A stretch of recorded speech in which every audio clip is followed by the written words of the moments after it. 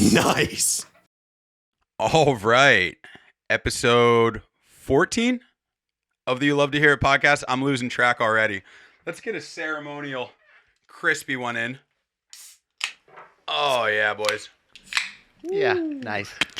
Today, Nice cold one in the morning. in the building, we have Nate Haust and Mike Dawsy joining us for episode 14 of the You Love to Hear It podcast. What's going on, boys?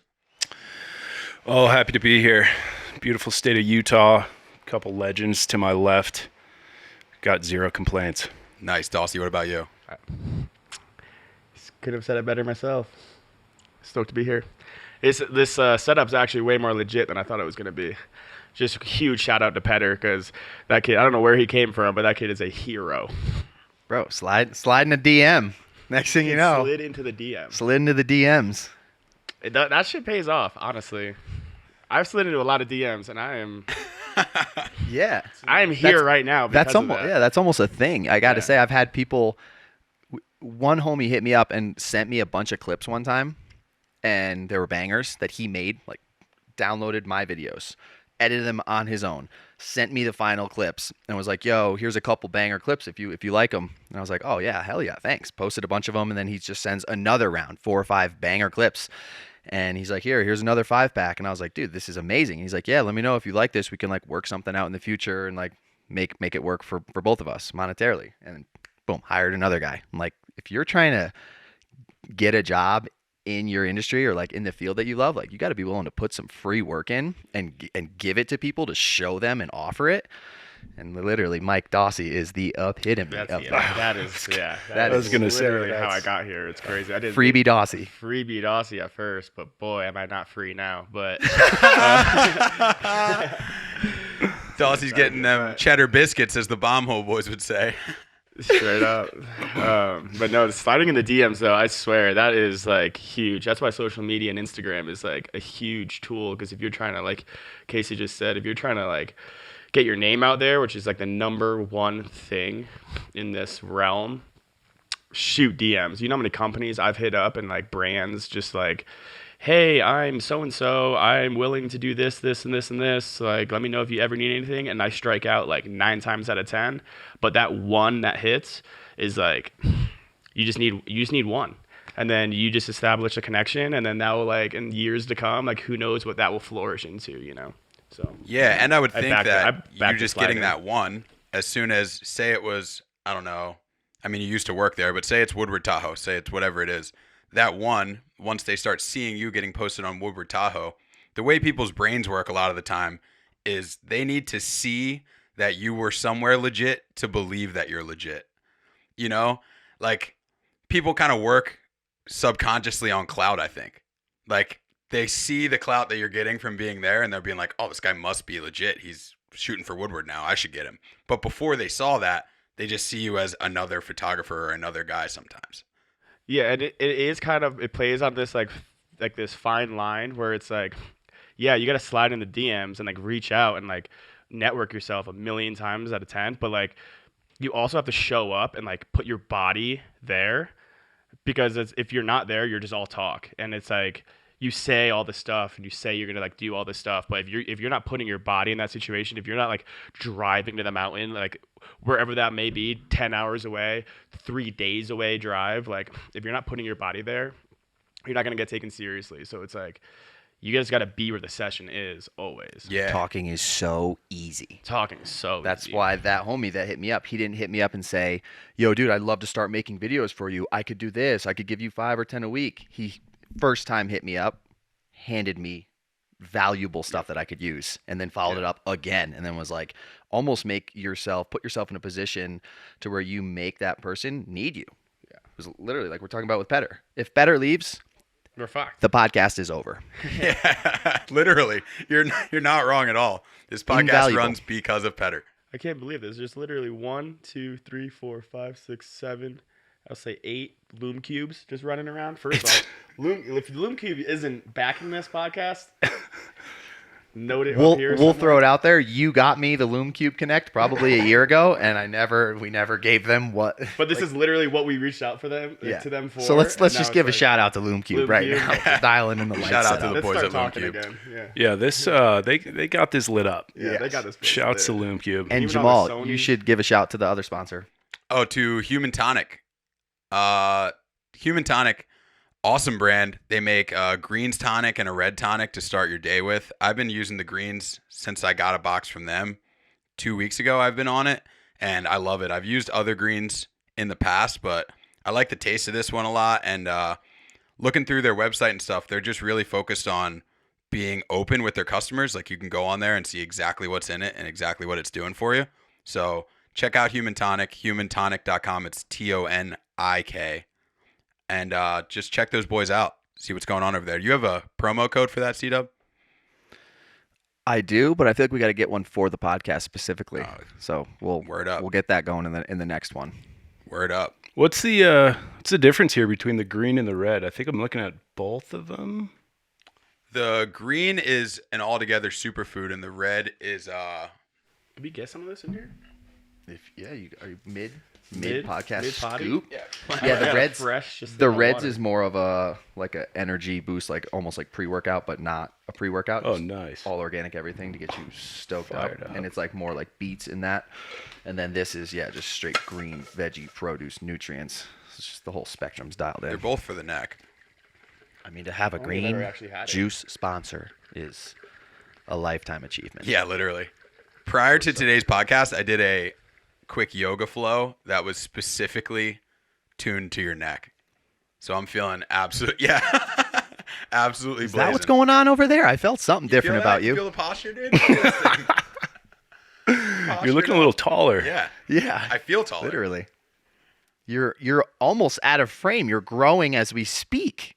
Yeah, people actually always think I'm taller than I am.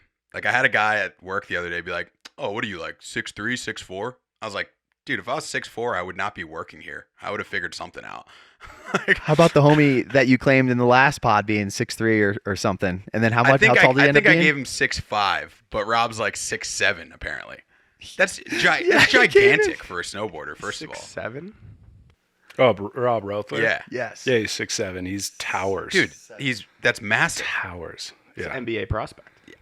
I'm saying, like, shout out to Rob for deciding to snowboard, but if I was 6'7", I would be playing something professionally somewhere. I don't know what it is, but I would definitely Going for it. I can see you balling. I mean, 6'7", dude, Jamaal. Je- He balls. my Generally, with snowboarding, the shorter you are, the better you are. The crowbar effect. yeah, That's the crowbar effect. You don't see many tall boarders, Or and the there's Ayumu effect. certainly a reason why. definitely. It's that center of gravity. Like, I feel like you're so squatted to your board already that if you're trying to spin and like get low, like, that's been my biggest problem in snowboarding sometimes, is I'll think that I'm low and then I go back and watch footage and I'm like, bro, you're standing straight up. You know? Surfing. then That's surfing. I look back and I'm like, well, I'm 6 foot. I'm 6 foot and a half. I'm going to give myself that half. But like, for me to squat down is so much more like exaggerated than it is for somebody like Crowbar. Who's a couple big boarders? Nate Haust. Nate's big, but like I'm, big. I'm touching 6 at best. Nate's big though. MFM big? Wasn't he a big guy? MFN, no, he was No? a shorty. Shorty, he was just wide. Dense. Um, Who do we got? I know there's some big boys. well, Rob, I think Rob might take the cake. Keegan Hossafrost is Keegan's definitely tall, up tall there. Body. Tall body. Trying to think of who else. I should know this. Dakota Whitaker Blank. from the Gremlins crew is a Oh, big yeah. dog. Yeah, he's, that kid is he's big. pushing 6'1". Yeah. Dakota's a big dog. I'm kind of blanking on him. I know. I think there's a couple OGs. Actually, who we ran into yesterday, Bjorn.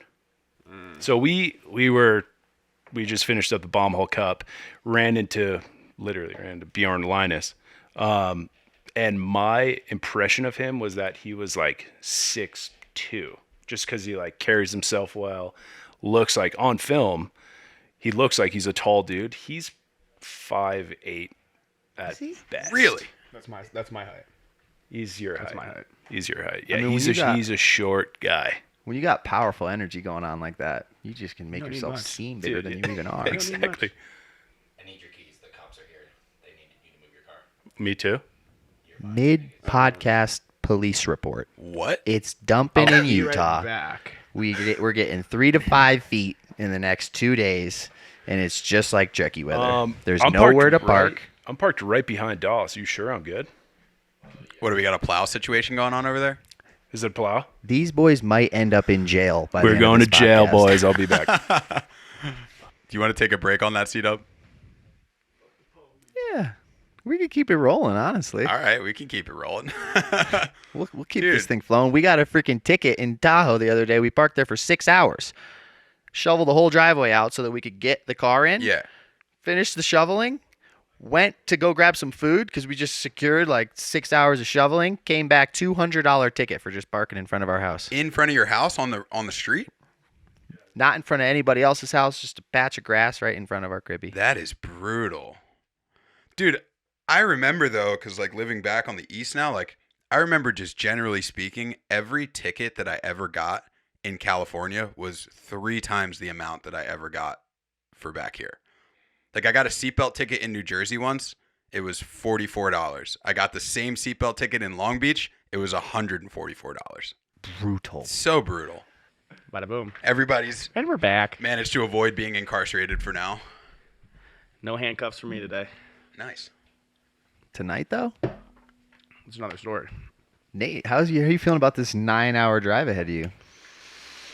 It'll be fine. Luckily, the drive from Salt Lake to Tahoe is pretty straightforward. Yeah, there's like nothing Going to out the- there. You go into the desert, you drive straight for 8 hours, and then you find yourself in California. You barely make it to your crib, though. Chain control right before you get to your house. I don't actually know. I don't think we're gonna get much snow in Tahoe. I think it's gonna die out.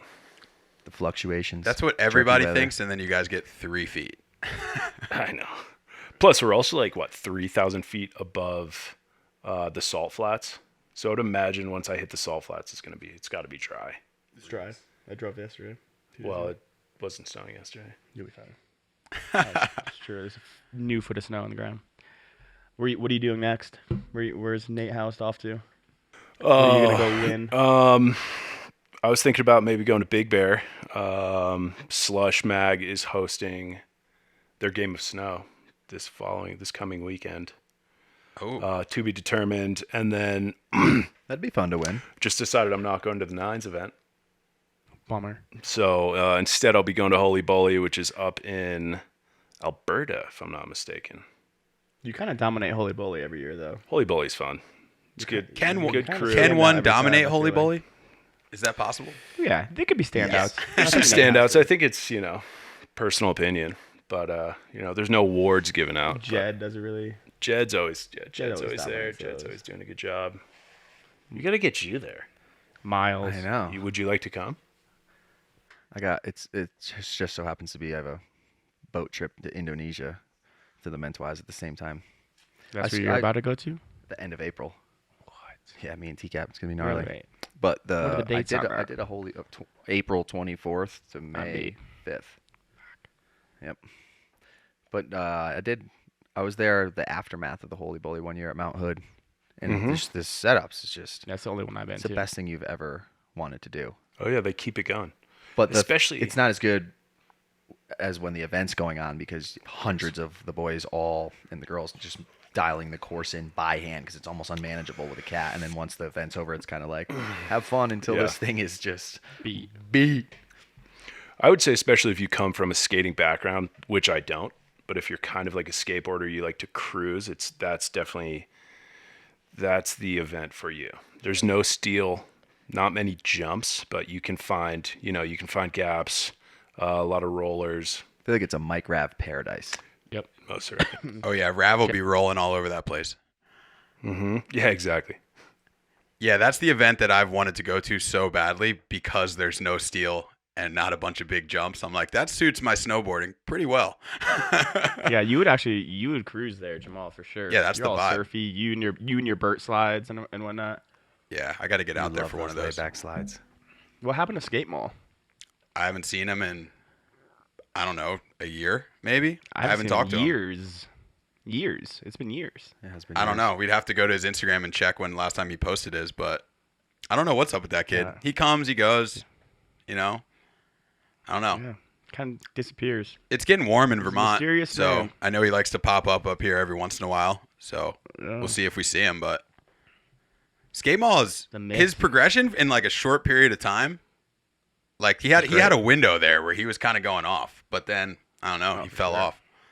Well, he moved to Southern California. There's beautiful parks everywhere, every day. Consistency, time on a board. That's true. I shot some photos of that kid sometimes, and he was easy to shoot. Quick progress. Quick progress. We like that. Oh yeah, remember Dawsy? He did that like Burt slide to revert, Burt slide. to fakie Unbelievable. somehow. I have the clip of that too. We almost have to bring that up because that was sick. That was pretty wild. That was a crazy one. That must have been 4 years ago.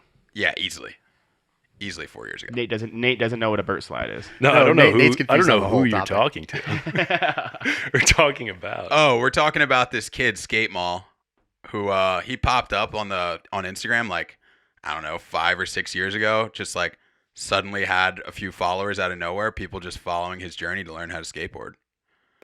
Oh, okay. Yeah, It was sick. Yeah, as soon as Jamaal. Oh. Yeah. As soon as skateboard talk comes over, I mean, yeah, I literally do not blast skateboard, so over. I get it. Tell me you don't bump Mongo. He does. I don't even know. He does. I would imagine I don't, but There's I no haven't way. tested it. No, You're too it greasy. does. It's no. It's crazy how it you're doesn't goofy. translate. I'm goofy. When you're strapped into a snowboard, like I'm not pushing Mongo. Well, on that's a why I snowboard. think since he's goofy, I could see him pushing Mongo. Definitely not. It's a serious thing. Do I you feel like pump the people right don't. foot? No, I'm They don't goofy, get so I've taught got enough. my. You when got I'm your right foot up strapped- front. Yeah. Okay. Yeah. We're gonna have to put this to the test. Imagine Nate's bumping with his back foot behind his board. He's like, why is this so awkward? I mean, props to T-Cap, dude. T-Cap pumped Mongo Oh, forever. forever. It took almost a year of shunning him and like heavy practice, 15, 20 minutes every day, just in parking lots. Just, Yeah, I remember seeing him roll out in Truckee Park pushing Mongo. It was terrible. oh, I just remember us being like, that's not going to fly. And he was Can't like, be all around right, I'm us. going to work on this months. Unless you're pumped. about to skate fakie and do something fakie, I think that's the only time you can push Mongo. It's pretty dope. That's like Eric Austin. like a He kinda switch does pump. that. Fakie Switch switch pump. pump. Yeah, switch Mongo is like if you are like somebody's doing a ledge line and they like come out switch and then hit that quick switch Mongo push into the next ledge. That's sick. That's it. It is. Yeah, Like a it's pretty swaggy. true cab you know? 3. Like early 2000s, a lot of that. You know, Baggy pants, pants. big giant S and like etnies and stuff, just like super fat shoes. Quick switch Mongo push. yes. DVSs. Yes. DVSs are my shit. Fallens. DVS. Fallen Big shoes. boys. I never had a Those pair are of my shit. Fallens. I had the mystery skateboard Fallen combo. Ooh, That was me, and I was emo. Mystery. There you go. I was emo. Metal shows, mystery boards, and just Yeah, I medium listened shirts. to Atreyu, As I Lay Dying, From Autumn to Ashes. Whoa, I didn't know any of this. From Autumn to Ashes was Yeah. a big one. ooh, From Autumn to Ashes, classic. Those are all bangers. They were sick. They were Bangers. sick. What the hell else I used to listen to? Yeah. I saw them at the House of Blues in Nate Atlantic City doesn't, once. Nate doesn't know any of this. I can't add anything. I've never skateboarded or listen to metal. or listened to metal. Yeah. Punk, going to punk shows. This I was one's just not talking for about me. getting Nate in a mosh pit this morning. Yeah, we were my- just That discussing. Big body. Imagine those arms. Boy, you sold it for me. My when I told you I got bottle punched in the Casey's- back of my head and get Casey's a pinned down, I was really like, "What is going on right Casey's now?" telling me that he He gets beat up. he got beat up, and he's like, dude, you should definitely come next time. It's so fun. Yeah, I think but I'll- I think I'll pass. sometimes you're the hammer, sometimes you're the nail. You know? Just roll with the punches. Yeah.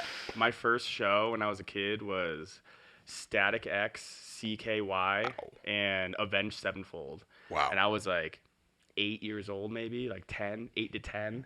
My dad brought me to one of these shows, and holy moly, did I not know what was actually going on.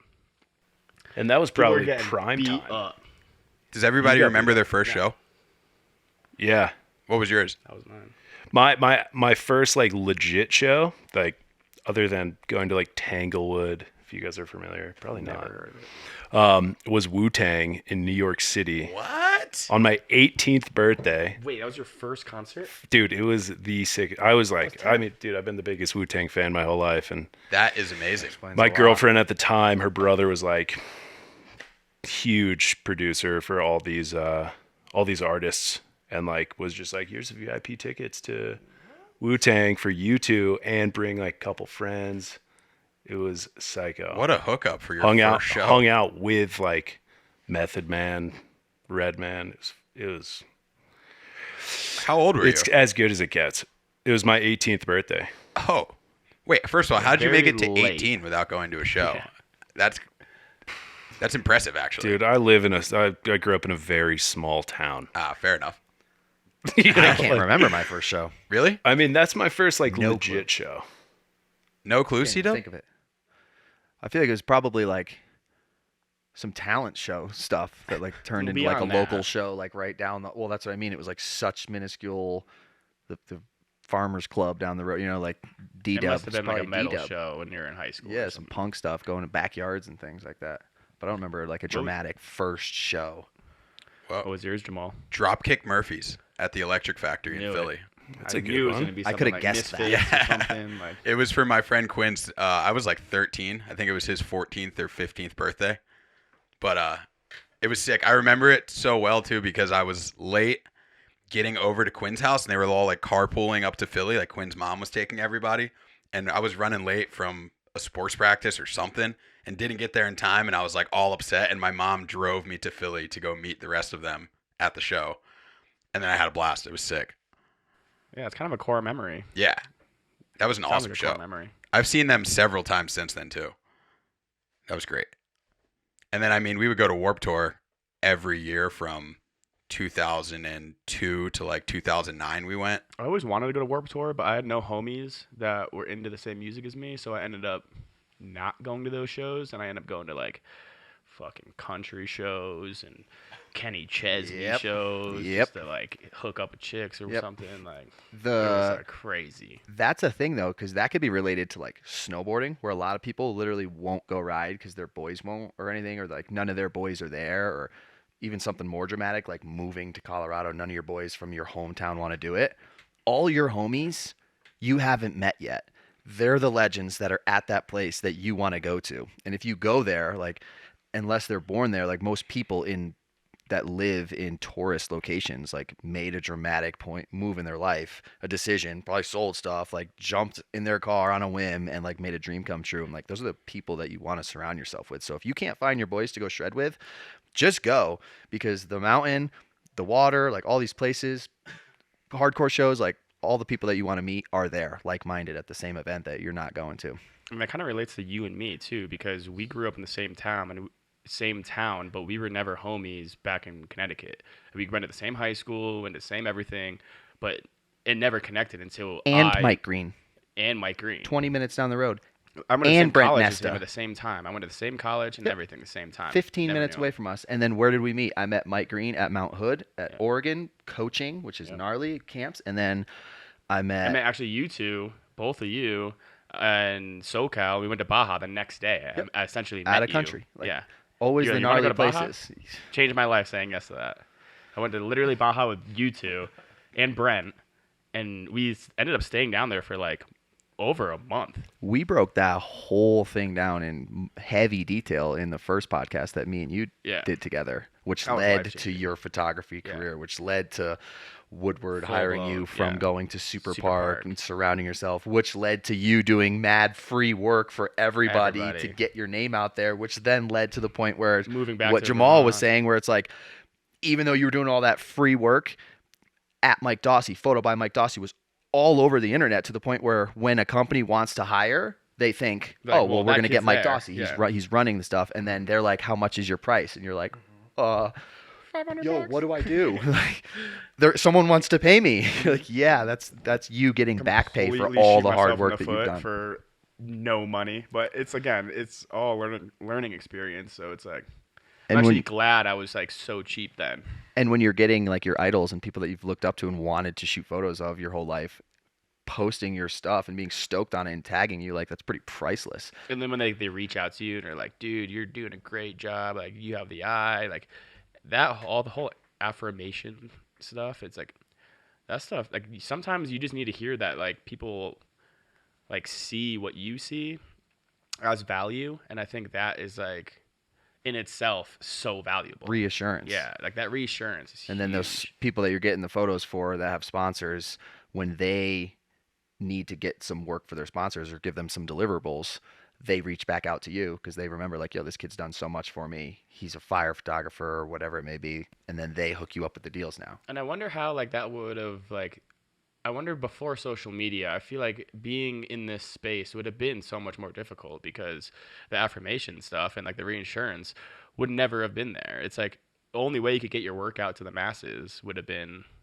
to show up in person with door to door with a portfolio and be like, this is what I can provide for you. Wow. like An actual portfolio. like that. Yeah. I mean, in this day and age, social media has changed everything. I mean, with the industry that we are in, you know, as snowboarders, photographers, like it's so easy now. And there was a window when that started, and it was way easier because it wasn't so saturated, and it almost is getting more difficult now because there's so many podcasts. How many people are going to start shooting cold DMs from hearing this that they got info from? So now this companies are getting hit up by 10, 20 different ones, and some of those people aren't even providing any value. They're just shooting the DM. So it's like it was really easy at first if you were the first couple people on YouTube creating snowboard content, and then next thing you know, 3 to 5 years goes by, and now there's thousands of people that have snowboarding vlogs or shooting photos around the world. But then it goes back into authenticity, I think, and it all goes back to being you and knowing that people want to see you for who you are. And some people that won't stick, you know, like I think that gets lost frequently, and I think a lot of times with take Instagram, you know, it's like if a brand wants their product to be pushed, they're going to go to your Instagram. The first thing they're going to look at is your following. And if you have, say, 2,000 followers opposed to someone who has 30, they're clearly going to go with whoever has more following to promote the brand, to get the logo out there. And like maybe that person isn't the proper fit for the brand, you know, personality wise or like what they stand for. But nowadays it's just like it's clout, you know, it's like. Yeah, I feel like that could go both ways though. Like maybe if you have a bigger brand who's looking to reach way more, maybe they go with that guy with 30K. But maybe if you have a niche brand that like their brand is very specific, like the vibe they're trying to put off, they're like, okay, this guy only has 2,000 followers, but he's just like everybody that works here. So like, I don't know, I couldn't speak to it personally, but I feel like I could see that happening if you're, you know how snowboard companies are too. Like you look at brands like LibTech or a brand like Rome, like you ride for, Nate, where like everybody kind of has their different sections of the industry where like, I don't know, I haven't seen it as much lately, but I remember starting snowboarding and the Rome team was like the party guys. Like these guys just went in, you know, and then you have other brands that are more focused on backcountry riding or like, you know, Never Summers for these guys that are out carving every day. And it's like a guy might only have 5,000 followers, but if he's laying down like insane carves, Never Summer might just be like, yo, we got to get this guy on. That's a good point. And that's on the brand too, to like help build that person up. Because a lot of time people aren't really like, they haven't grown into themselves or they don't have the support like that. So if you're in a position and you have a company and you have budget and you see somebody and they have the work ethic and they emulate your style and what you're about, like that's a major part of owning a company, is giving back and sponsoring what you want to bring into your sport or your field. Yeah. Nate, were you ever around the East Coast for Rome World Quarter Pipe Challenge back in the day? No, I don't remember that. I mean, I was definitely on the East Coast. You know, I pretty much spent my whole life until I moved 5 or 6 years ago. But I don't think I was in the industry enough to even know about that. Yeah, I was working at Mount Snow at the snowboard shop, and a girl that I worked with told me about it. And this is like my first year even into snowboarding, really. Like I learned so much about riding and about just like the culture of snowboarding from just working at a shop. And she's like, yeah, there's this event. I think it was on the backside of Magic, like Timber Ridge area. And she's like, there's this event. It's kind of like an underground thing, but it's super fun. We're going to go over there. I was like, okay. So I hop in the car. I get there and they're like, it's basically just like a snake, not even a snake run, just like a downhill run with 2 jumps into a huge quarter pipe at the bottom. But on the way in, it's just like a gauntlet. People are just throwing beers at you, spitting beers at you, throwing snowballs, like all this crazy shit. And then you get to the bottom and just like see who does a SIGS trick on the quarter pipe.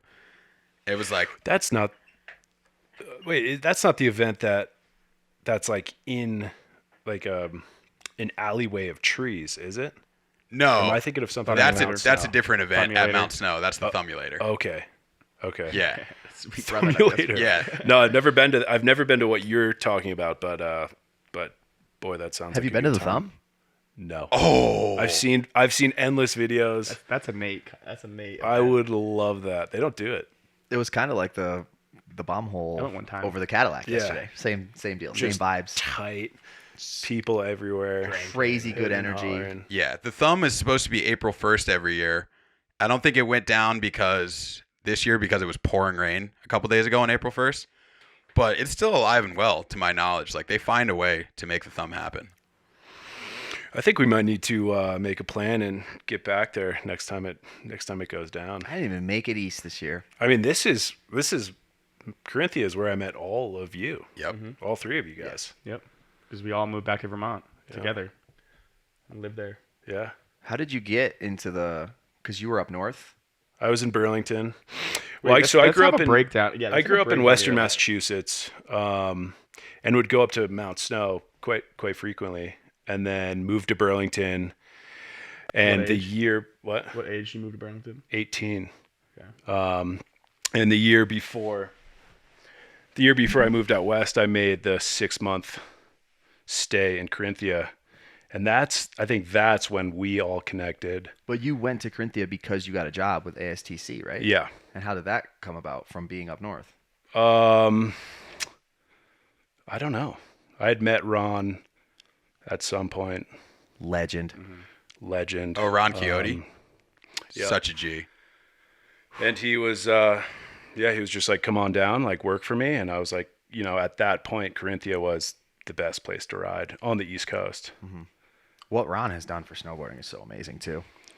He got me my first ever sponsor. I mean, he's an Started my whole Olympian, career. if I'm not mistaken. Yes. He's the OG. Gnarly dude too. Yeah. Serious. He's a great guy. He's about progress. So I'd worked with him for that season, coaching. Had a bunch of rippers, Valentino. Legend. He was probably Bro. 8 years old. He was He was 8. maybe 11, 10 or 11, Such a tiny little and body. like doubling, Yeah, chucking. tripling. Just bouncing. Doesn't just the epitome of a prodigy. Shows off now. Yeah. He's so good. Yeah, now he's got the highest best. air. Yeah. I mean, I remember you though when you showed up just out of the absolute wet works. No idea who you were. At Mount Snow randomly, the best rider there now. Just every closing part. You were on the C team within 48 hours of arriving, putting down closer parts in every single episode. I remember that. Oh, That was just for that one season, though, right? you dominated. Yeah. Show up, blow That up. remember at the bottom of Mine Shaft? Or what's the bottom one with all the pipes?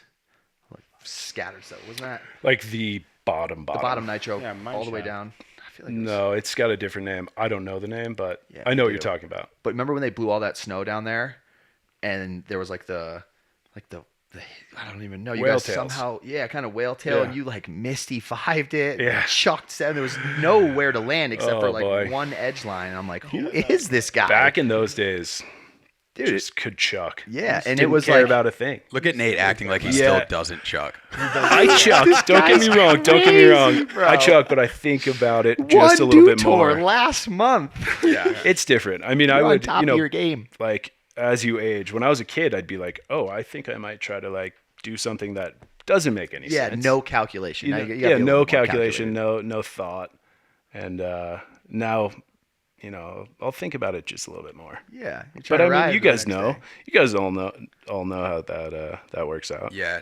But You're kind of like a fine wine. You get I better want with your to age. to like lean into how also, like when you're a local somewhere, or when there's a group of locals somewhere, and then a new guy comes in, like myself, starting snowboarding late. Like it was so hard to get in with the people at Mount Snow. There's just like a lot of vibes, and they've worked super hard to get where they are, so they're entitled in a reasonable manner. You know what I mean? They put so much work in. It's their home and everything. It's like a new guy coming in is so difficult, but then seeing you as good as you were, and then meeting you and you just being literally the nicest person I've ever met in my entire life, especially in that area and everything, was just like, it literally brightened up everything and being like, okay, they're not as untouchable as like yeah, the and it's scene- not the everybody, CT. you know, and like you could break that vibe, but you also were the new guy too, so like you had to be kind of nice to everybody, but that never faded away. You're still the most fucking legendary, Appreciate that. kindest ripper in the game. Potentially. Same goes to you boys. Well, being the new guy anywhere, that's-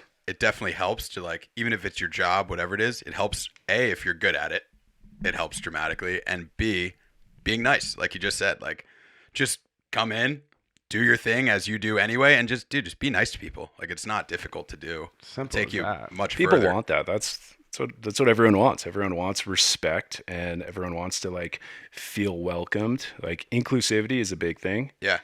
You know, I've met a lot of snowboarders that I've looked up to, and I meet them. You know, never meet your heroes, but you meet them and they're like standoffish and cool. Don't give you the time of day, and like that sticks with me. You know, I know all of their names, not for a good reason, but it's something that definitely stays with you. So I just try to be.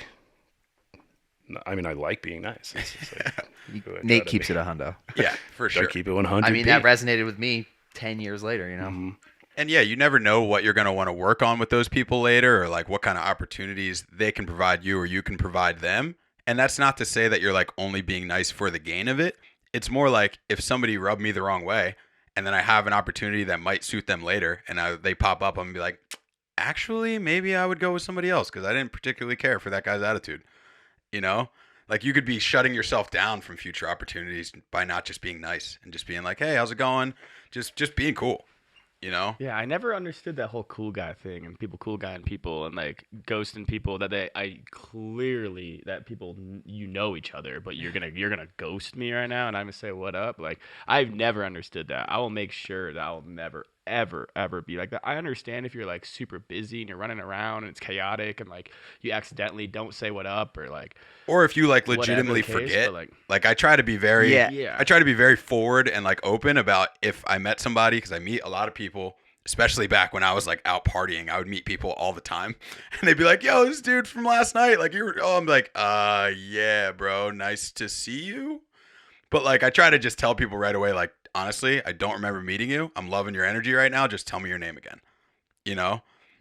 Yeah, And there is. that's immediately something hard it to breaks do. that ice though. It Yeah. breaks the ice of being that cool guy. It's Yeah. like just say it, you know. There is that other side too, where like you said, they might just not remember, or they might not know, You're or too busy. I get it. sometimes you just could be having a bad day. You know what I Yeah. mean? Like if occasionally some person caught me on a bad day, they could potentially be like, yo, this kid's not, but maybe I just got done with 30 gnarly things. I just met 20 people. I'm like starving and my feet hurt. You know, you're like trying to just get out of there and someone's like, yo, and you don't even remember. So you're just like, yo, what up? And you just like keep going. Like, Yeah. you got to take a couple interactions rather than just judging somebody off of the first. I just think that it's so funny that, and especially in snowboarding and like industries like this, like surfing and skateboarding and culture and like just this type of stuff, it's like the whole cool guy thing is such a problem, or like at least it was at one point. I don't even know if that's still a thing, and people cool guy people, but Oh, that's sure still a definitely a thing. I don't still. understand because it's I like, notice it also fades out once like the kind of career starts to like dip a little bit. They start to realize like, oh, we're literally just a bunch of goons Snowboarders. snowboarding. The most selfish thing. We're just having fun. You know We're what I just mean? having Like we're fun. just. It's not even. our What's- careers None are of us. fun. It's even serious. Yeah. You got to imagine what being a cool guy is derived from. Like you probably think you're the best around, and like you don't. You know, with that mentality, But why would that shut you off from the world? I mean, I can't relate. I'm just speculating. Yeah. You know, Speculation. It's like I understand. Maybe you're like an investment banker and you're a billionaire. It's like, all right, cool guy, like the little dog at your office or something. You don't need to talk to him. He's an intern. You know, like whatever.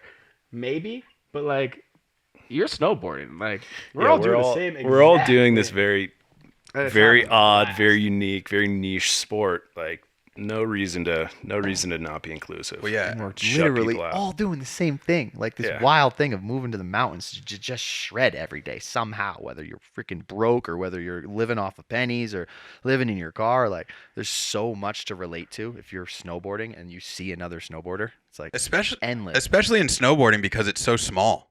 Like It is realistically, It is so small. like Go on, surfing. sorry. No problem. Surfing and skateboarding are way bigger industries. You know, remember that one day we looked that up, C-Dub, like the net worth of each industry? We were looking it up, and What is that? I don't remember exactly what the numbers were, but skateboarding was the biggest. Surfing was right between the three of them. Surfing was right behind it, and then snowboarding was like 1/6 the size of it, maybe. It's like it's a pretty tight-knit group already. There's no reason to like be cool guying people when there's already like it's so small. You see the same people at the same mountains all the time. Like you know you're going to run into them again. It coming back around to that, like we're all doing this obviously not for like monetary gain or like to make a living and retire like wealthy. You know, we're all doing this for the passion. Yeah. You know, at least like when it comes to snowboarding, you know, I mean, obviously there's exceptions. But I mean, I snowboard and I've kept with snowboarding for the past 15, 16 years because I love it, not because it's like given me this luxury, lavish lifestyle. And you've been through kind of everything. And like your story is kind of crazy too, because I remember like you kind of wanting to hang up the boots, like getting super discouraged by like Burton and your last team and like not getting the support that you deserved, and like you're kind of been with them forever, and just like it just wasn't really working out, and it just didn't mutually benefit both parties. So it's like, honestly, like how do you even go about that transition from like going from a giant team that you've been with forever, but when did you know to like switch that up and then go to Rome that you're now like being supported? Stillman's like an absolute boss. Yeah. You're like family with all those guys and like a huge part of that team. I think that's definitely a tricky one.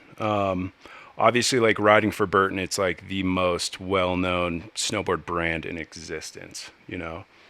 So you say, hey, I ride for Burton, everyone knows like, oh, you're a snowboarder, you know? And even now, I mean, I love Rome, but you know, a lot of the other brands just aren't well-known to the general public.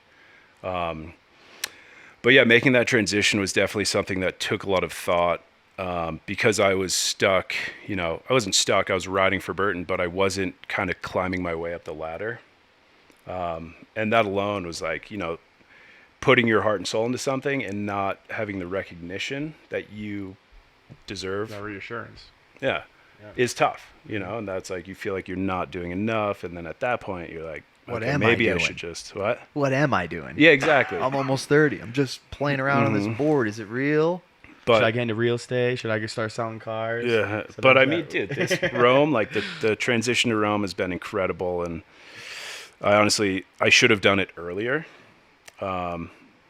because I was just a small fish in a big pond. In that regard probably to happens like to a lot of snowboarders out there, and they get into this like weird zone where they don't know what to do with like their career, and they're like, should I stop snowboarding? But I love snowboarding.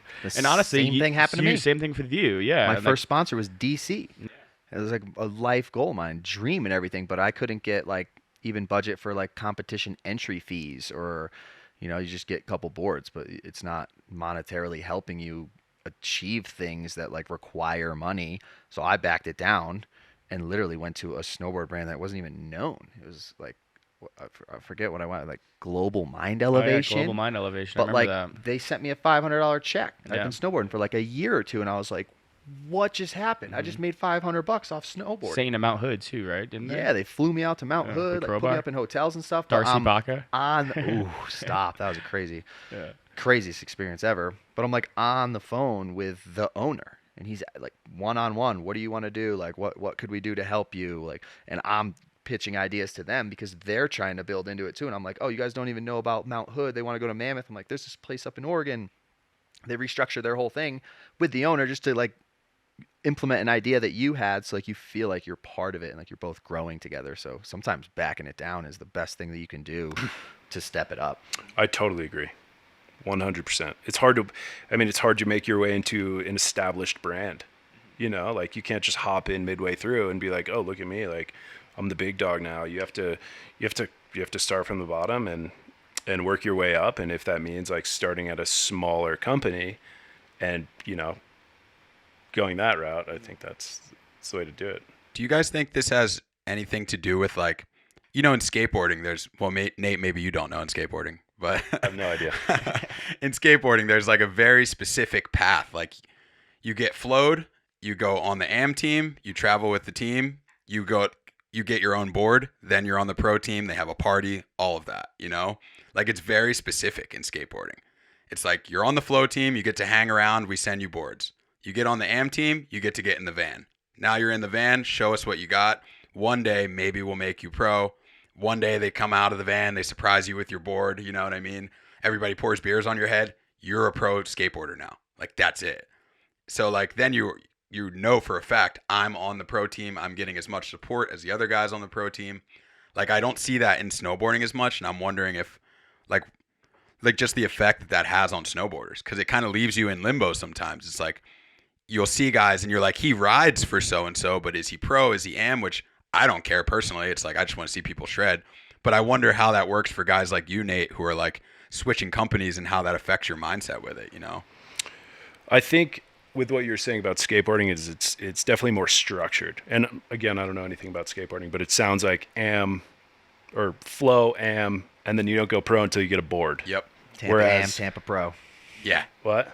You win the Tampa AM, like it's just there's literally stepping stones. Win the Tampa Pro, they're like, all right, get them on. I mean, in snowboarding, it's definitely a little confusing. That is, supposedly how it goes in the snowboard industry as well.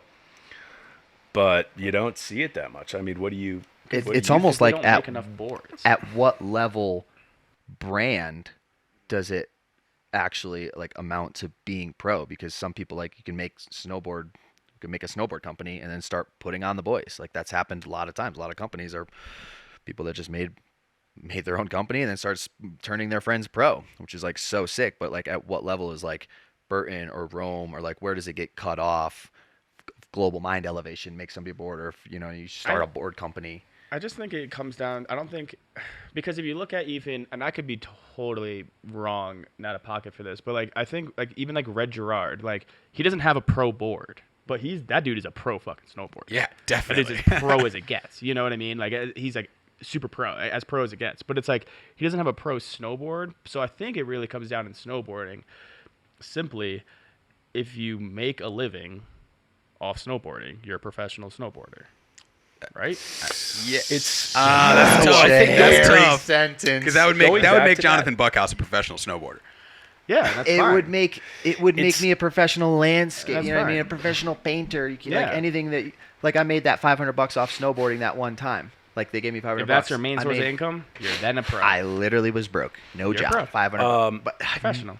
I don't know in regard to skating again. Like I don't know, because I feel like they could just pump out decks. They put a name on your deck, they pump it out, they sell it for however long, and that's that. And it costs $12 them a unit. Costs them nothing. Yeah. With snowboarding, as you mentioned, with like Burton, big major brands, like their pro team is probably 20 riders. Like they can't have 20 individual boards for sale. Like it's gonna collapse the company. Yeah, that's with true. Rome specifically, like there's a couple pro models for the pro riders, but there's also 8 or 10 other pro boarders that haven't seen a pro model.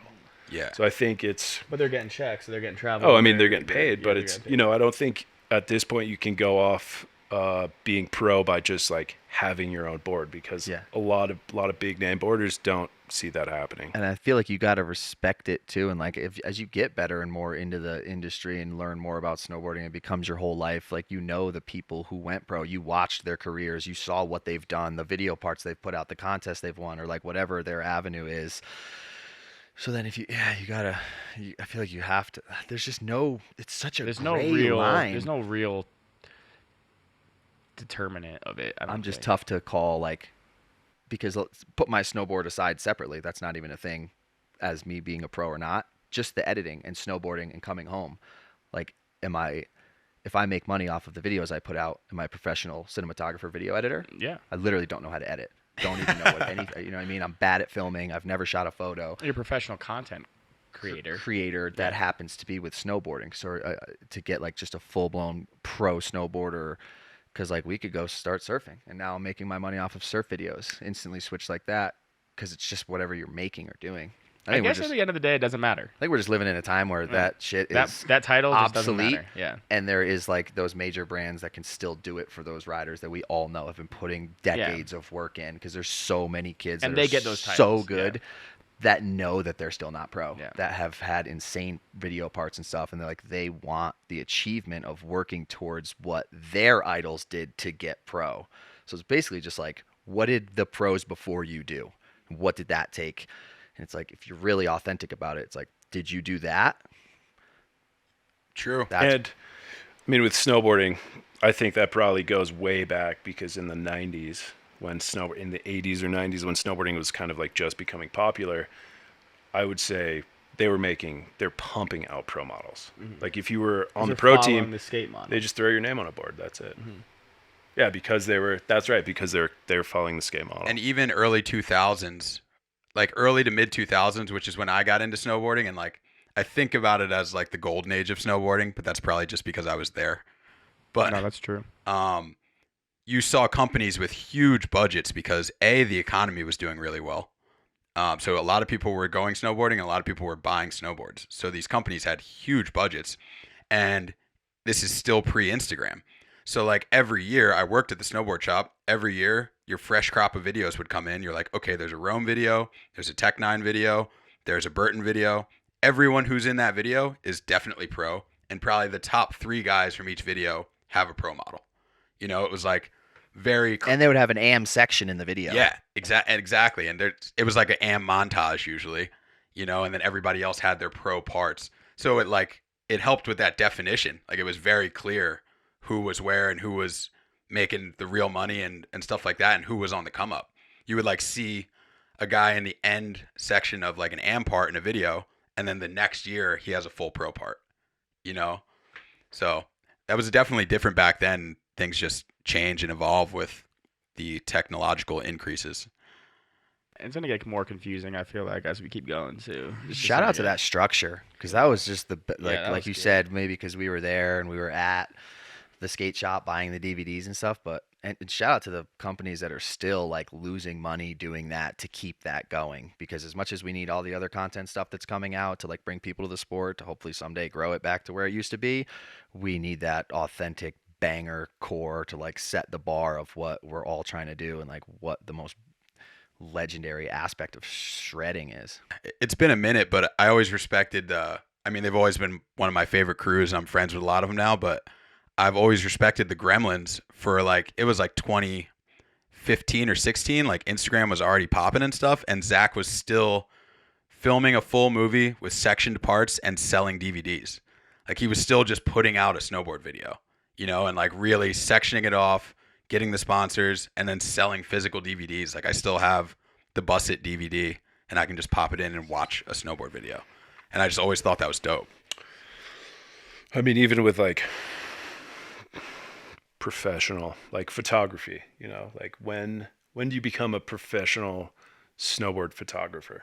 Like you are when professional. All your money comes from it. When all of your money.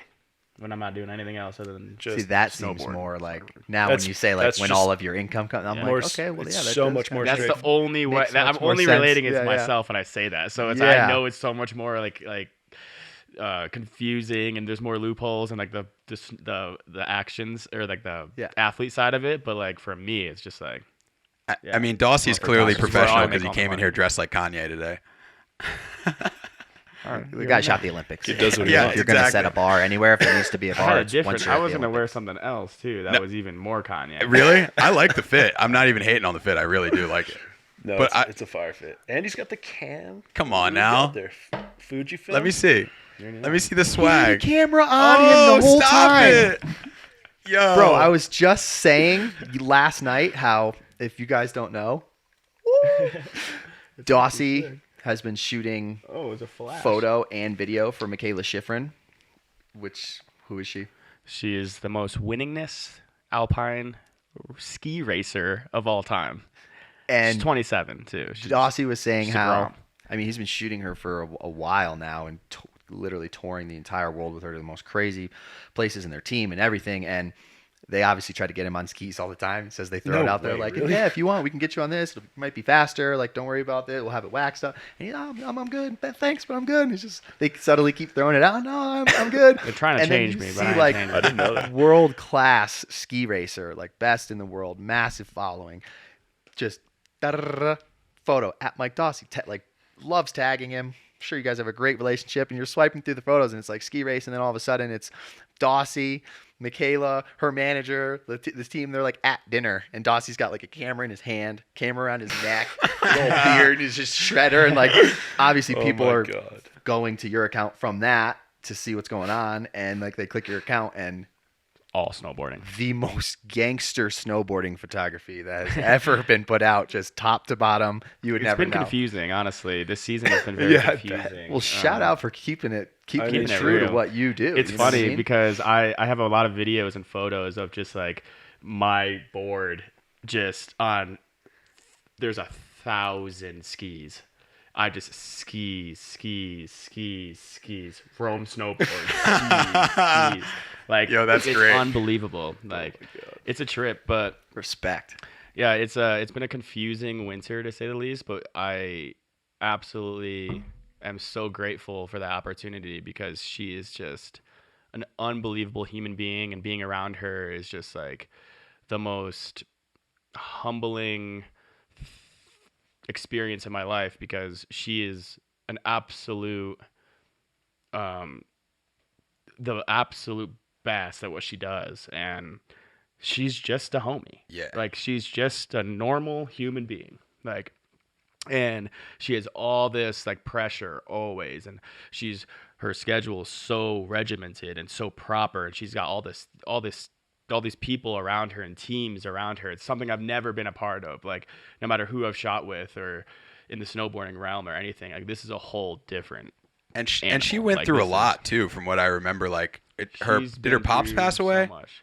Pops Yeah. passed away. Her pops passed away, and then Um, she didn't have a great showing at the Olympics, and people were like putting Olympics. all this pressure Talk- on her at the talking Olympics because shit. she's Love already the talking winningest, about it. and that's Yeah. all they To can. this day. Yeah, that's all they'll talk they about, talk about. but they'll completely negate still like talk all about your it, world too. championships, all this other work you've put in, all the hours she's put in just on the hill. You know what I mean? And it's She- like she, people like, focus won on for the that, but you first get to be time. around her and just see her for like the grinding human she that is. she is, which is sick. Yeah. People like- love watching other people fail when they're on Yeah. top. Oh, Which is absurd. And 100%. Absurd, People will. bro. That's the only thing that people remember sometimes is like it- the failures opposed to like the the successes. Oh yeah, And that's- like, to be honest, I've never thought I was gonna end up in, and I'm not ending up here, but just like I never thought I'd shoot like alpine skiing because like we like where we come from and like who we're around, like that shit's whack, you know, like it is, and it's a completely different sport, like completely different sport. Yes. The people are different, the energy is different, the whole thing is couldn't be more different. So I understand where like the animosity comes from, but then like being a part of it, I see it even more, and I understand why. Within it. Yeah, within it, Within like itself.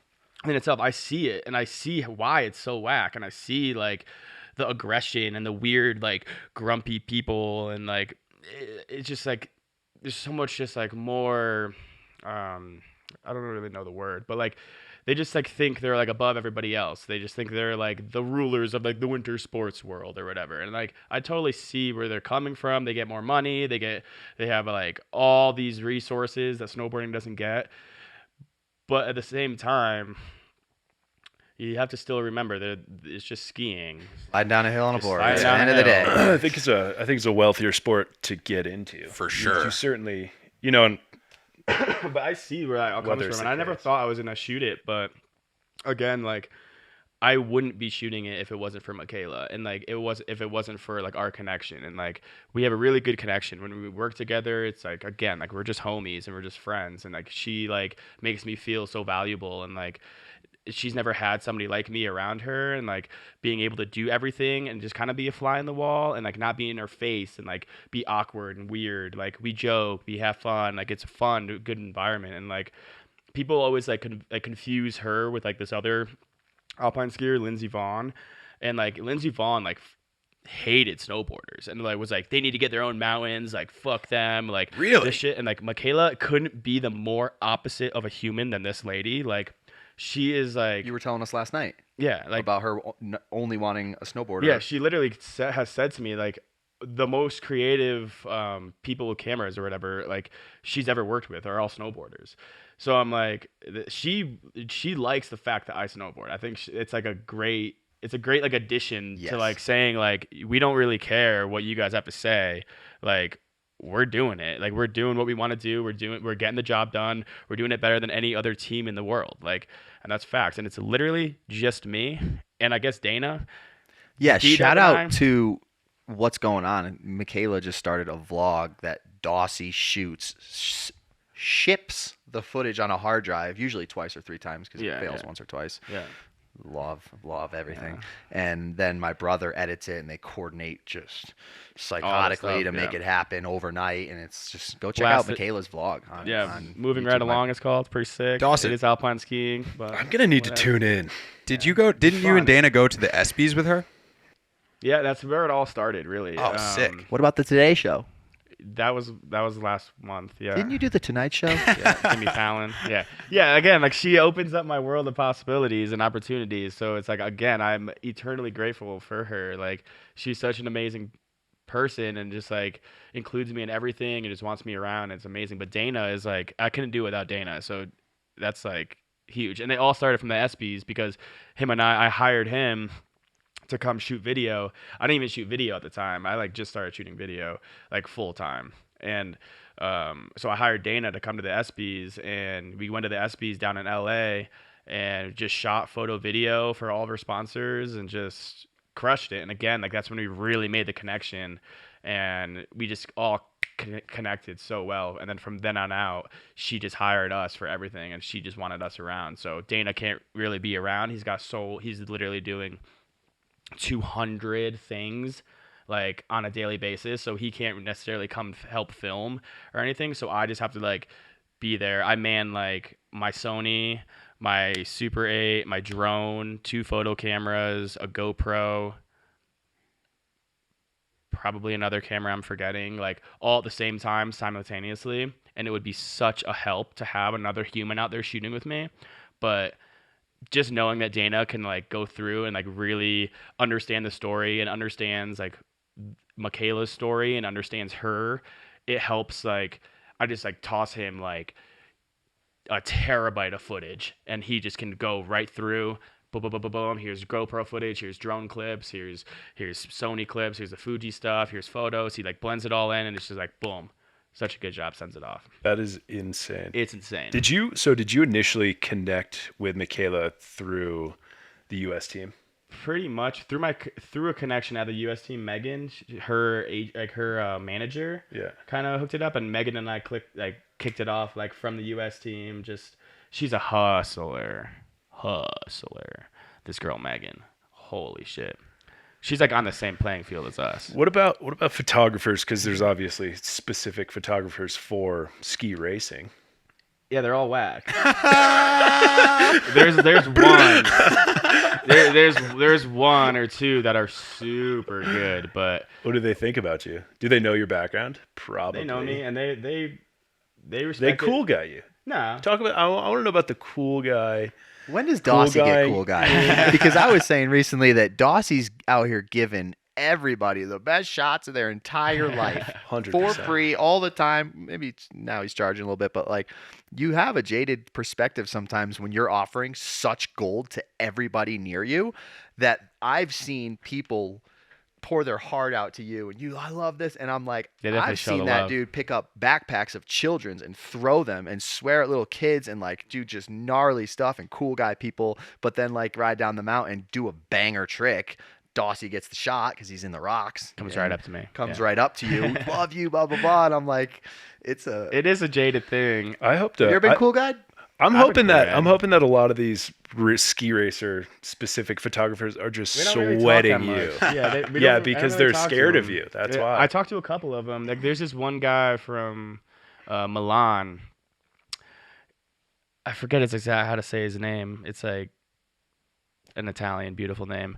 He is like the best alpine shooter ever, and him and I talk. Him and I chat. I believe it. He's like the only guy I'll go talk to. Everyone else just like all the alpine hopefully none of those guys like watch. I mean, They're none like of them are gonna watch. they're a little this shit. pretentious. Like they all just like sit there and like the photo crowds are just like cheap cigarettes the whole time. They're all fat. They just walk. Really? They walk there. They don't even ski or anything. They just go. They're just like cheap cigarettes the whole time and just sit there, speak their different languages, and I'm just sitting there, American as fuck, just super motivated, shooting, have like all these cameras on me, and they're just like, "What is this dude doing?" that was not the image I had in my head. They have like at these all. giant lenses that are this big, and I'm over there with a 7200, just like mini style, Fisheye getting but like close 4 to the cameras. gates. Like Yeah, and then it's funny because snowboarding. I again don't, and I get in trouble a decent amount, but like I don't really care, and I'll like run into the restricted areas because I'm with Mikela, so like, what are y'all gonna tell? Like, what are you gonna say other than me to like leave or whatever? But I'll go into the restricted areas where like all the photographers can't be, and I'll run in there and just be shooting photos, video, getting in, and I'm like in all their shots, like. My head is like blocking. See, that's the snowboarder in you, though. I love yeah, that. Same and as like, not being I'll afraid to freak get out. kicked out in the streets. You're like, dude, this shot's right there. I'm going to get that shot. I'm going in there. And so I hop the fence and like I go in there and I'll get the shot, and like they'll tell me to leave sometimes, and I'll just be like, all right, sorry, my bad, and then I'll like kind of back off. But then other times I'm just sitting there with Mikela, and just like all the other photographers are waiting to be able to like get let in. It's I think that's why you're so successful, because you just don't have to do it. care. The subtle art. You don't Yeah, care. the The You subtle gotta- art you of gotta- not giving a You fuck. gotta put it all to risk, and then that's why you get the banger shots, because no one else is getting the angles that you're getting, because they're all sitting on the sidelines with their. It's scary to their go into the 200 restricted mil- zones. Restricted Scary. zones are Crazy. wild. I was the at- Olympics was crazy with that. Ugh, I could Holy only imagine. Well, during that time moly. period too. Yeah, COVID. Oh, Hold on. When I was at. I'm sorry. Go ahead, Tito. Well, I was gonna. You go first because I got a story about a restricted zone. I was going to say, before we get into the Olympic story and the restricted zone, I need to take a quick break. So maybe a fiver. Let's break it.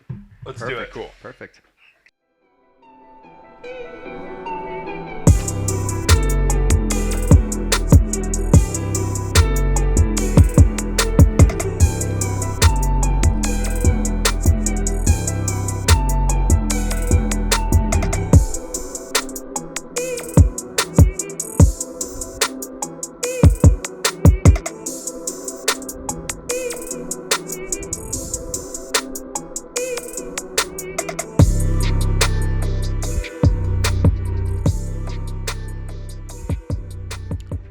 All right, we're back.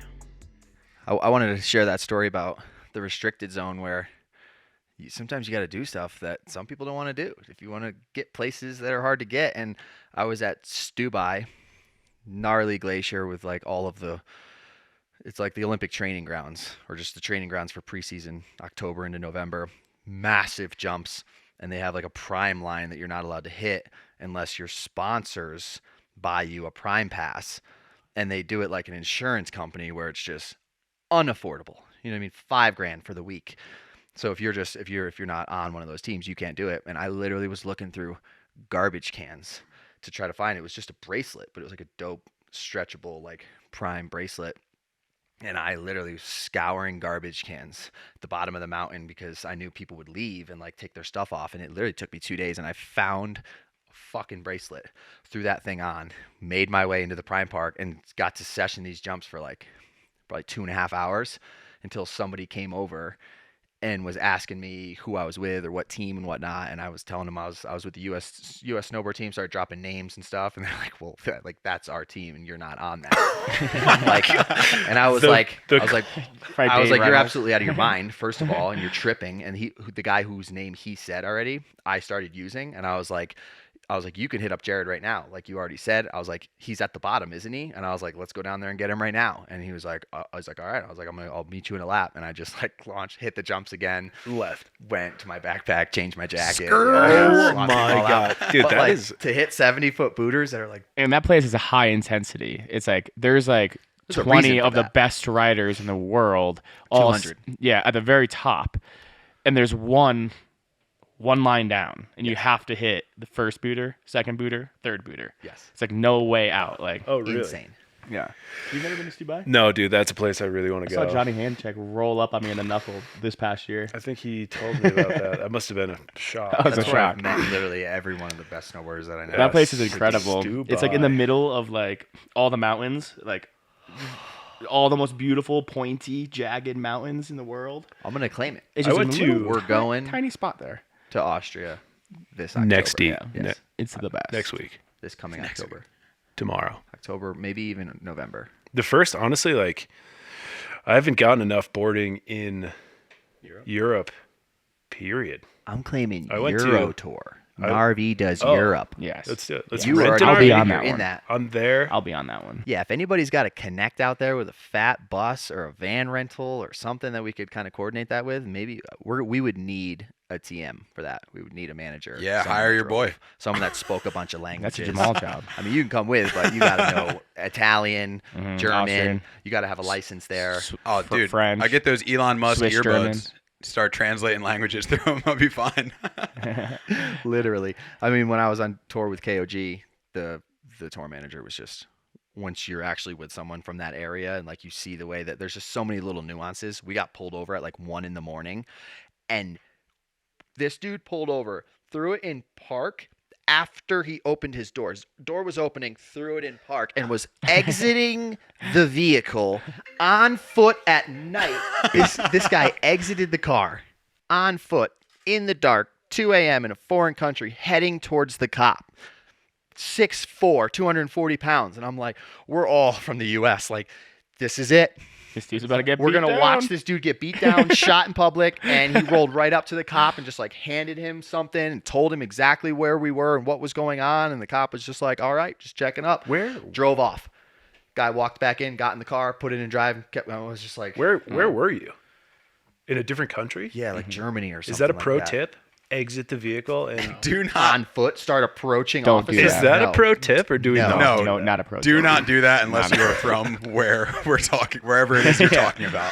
Unless you're best friends with the cop, don't. I don't walk really toward understand you, but here's my shit. We almost need a comment section for this. Like, drop some comments on if my this God. if this makes like a short on the you love to hear it Instagram. But like, what is the tip for seeing a cop? Because sometimes In a they foreign drive by country. you. No, anywhere. Probably the U.S. Like, I've heard people are just like nothing, no eye contact. Don't. Are you making eye contact? I like the wave. Give Oh, them Eye the- yeah. contact give them the good wave. 5 And if you fingers. get the head nod, wave back. I almost feel like it's like you already made the connection. Yeah.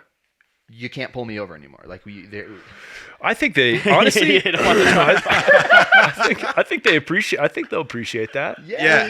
going Sometimes 80, I- going 80 in I- a 30, I 45. learned that from my boss growing up doing landscaping, who would drive around an unregistered vehicle, unregistered trailer, no plates on the trailer, no lights attachment or whatever, and we would just literally every cop, the most aggressive head nod, smile, wave up thing. I'm like, I don't like to look at them, and he's like, once you make that, it's good.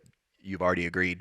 Nothing illegal is happening, and you're good to We're go. good. You I'm thank- gonna you're just change. all you're doing is you're thanking them for their service, like. Yep. Yes. And they appreciate that, Or they're you know? not service. Yeah. Don't service me. Yeah. Don't hit, We, yeah, we that's it. appreciate We're what you good. do. I know we what I'm appreciate doing. what you do, but do not service me. Yes, I've Thank been you very pre-serviced much. before I Yeah. came here. Yeah, as a firefighter, I wave at like all emergency vehicles in the area because I either work with them or see them, and then it's a habit even when I leave the area. So like I'll leave the area and I'll see a cop and I just look over, make direct eye You're not contact, in uniform. give them the wave real quick, and they almost look at me shocked sometimes, but then I usually just get a Yeah. quick head nod back. I'm like, all right, we're Yeah. good to go. Dude, that's like me with the Tortuga when I'm not in it and I see someone drive by in a beater RV or something or a bus or something, and I'm all, yeah, boys, and they're just like, Oh, dude. or a Forerunner, you're not in the Forerunner. I do You the need that Tacoma. connection. There's the Tacoma wave. It's almost Yeah. like the Jeep wave, but it's like applies to all Toyota 4x4s. Like Tacoma, Forerunner, especially if it has like a little bit of a lift or they did something Dude. to it. Yeah. know? That is so funny you bring this up. So Yeah. funny, but you're driving Well, your first- girlfriend's Nissan Altima dude. and you don't realize it, and you're waving at Tacomas, and they're There's like, a bike. There's a biker wave. bike- That's Oh, like yeah. notorious. The biker wave Yesterday. is 2 fingers down on the side. Yeah, Yeah. yesterday, True. Yep. driving up to Brighton, you were sitting passenger seat. Yep. And I was like, I enjoy looking at cars. So we were behind a probably early 2000s Land Cruiser, Toyota Land Cruiser, mint condition. just cruising behind it. Very rare. And I saw another one come down the road, and they both were just like, "What's up?" Passing by casually. Yeah, you have to. Classic car way. It's because they also. I mean, it's a unique car nonetheless, Definitely. and they both have the same taste. C-Dub, That's how you make friends. Oh boy, don't do it. Oh, I thought you were gonna hit me with a name 10 cars. no. Oh man, we could go there, but It almost has to be a thing every episode. And have C-Dub name Something. X amount of something. Give it 10 cars, dude.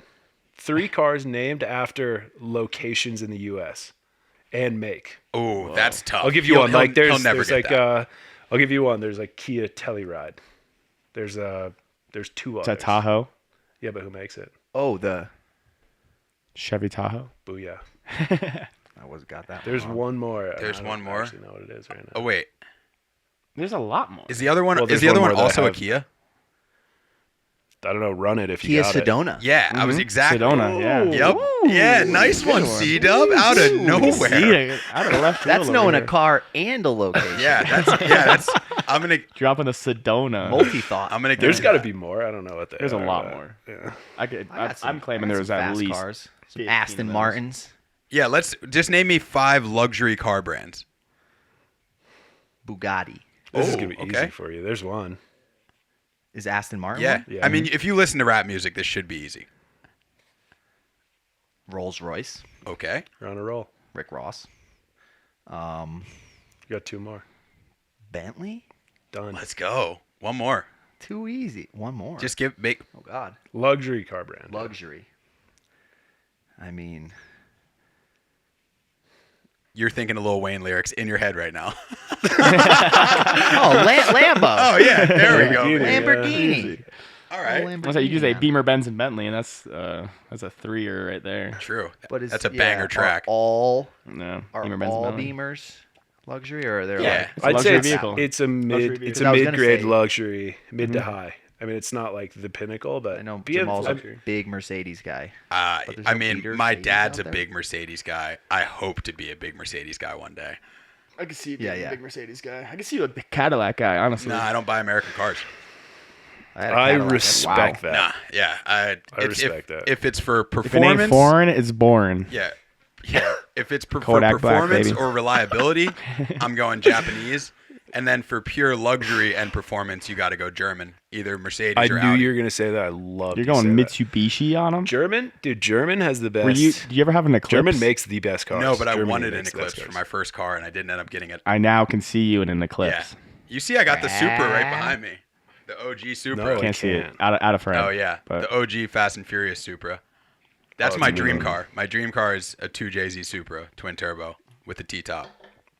I don't really have a Say dream no car. more. This is what you felt like when we were talking about skateboarding earlier. How you're feeling currently? Yeah, it's not a good feeling. Dude, skating comes up, it's just fucking white out.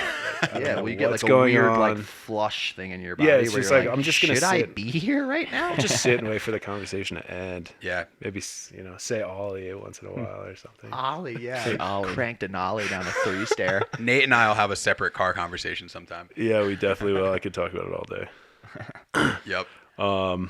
Dawson, I want to get into the Olympic story with you. We started on that before the break, and just breaking down what it was like to be at the Olympics, because it was so awesome. Like, I DM you. Like I said, we haven't seen each other in a while, but I make sure to just shoot you a DM and be like, dude, I love every time I see Dawson with a geotag somewhere new. I get so hyped. I'm like, my man is in China right now. Let's go. Like, I remember the day that you were applying or emailing Pat Bridges to get to Super Park, and like, we were at the gas station when you got the email back. Literally. You know? I love that you remember that. I remember bro. that I will so never specifically. forget that. And then I'm just like, fast forward, and he's in China. Oh my god, that's amazing that you remembered that. That's unbelievable. I remember that exact gas station. I remember coming up to them, up to you guys, like, I got the invite. We're there. We're going. And we literally decided to go that moment. We but were already on the way. on the way. You That have to was literally put things into manifestation if you want them to happen. I remember breaking down the email in Baja, in Treehouse. If you don't get it, at least you're up there. Mhm. At least you could be in the parking lot and connect Yeah. with people. But if you're there, like, just the odds of you meeting someone that can get you a connection, or like they said, you ended up getting the job at Woodward because you were going to Super Park. And I met all those guys there, and I was like stoking out at the Woodward section. They were shocked. They were shocked. They were, who are you? Yeah. And they literally gave me a job. That was such a good trip. And that was one of my apartment. That was one of my favorite trips I've ever been on. Little closet apartment. Are we counting that? I mean, that whole living situation, and when I worked for Woodward, it was crazy. I lived in the parking lot for a year. I lived in the closet in the office for half a year. I lived in just that's dedication. That's dedication to the game. I'd be brushing my teeth in the parking lot. Matty P rolls up on me, just mid brushing my teeth, parking lot. Morning, boss. Yep. My full on boss, just rolling up. Hey, what's going on? About it. Oh yeah, he was about it. Legend, also. Yeah, gets it. He was down. But no, the Olympics thing. So, well, first off, Jamaal, love getting a DM from you. Hell yeah. Always. Yeah. I know I'm doing something right. When Jamal's going out of his way, he's like, yo, just saying, you're crushing it. Like, I'm like, all right, this is sick. Yeah. The China one was a big one. That was clearly a goal of mine, especially for how many competitions and events I shoot. And that was always a goal of mine. Still is a goal of mine. Still want to go to more. That one is especially I'm again very grateful for because such a unique experience. Hopefully will never happen again like that, where it's like a COVID Olympics and I'm in China during COVID. So it was like, oh, that must have been wild. Pretty surreal, and it was wild.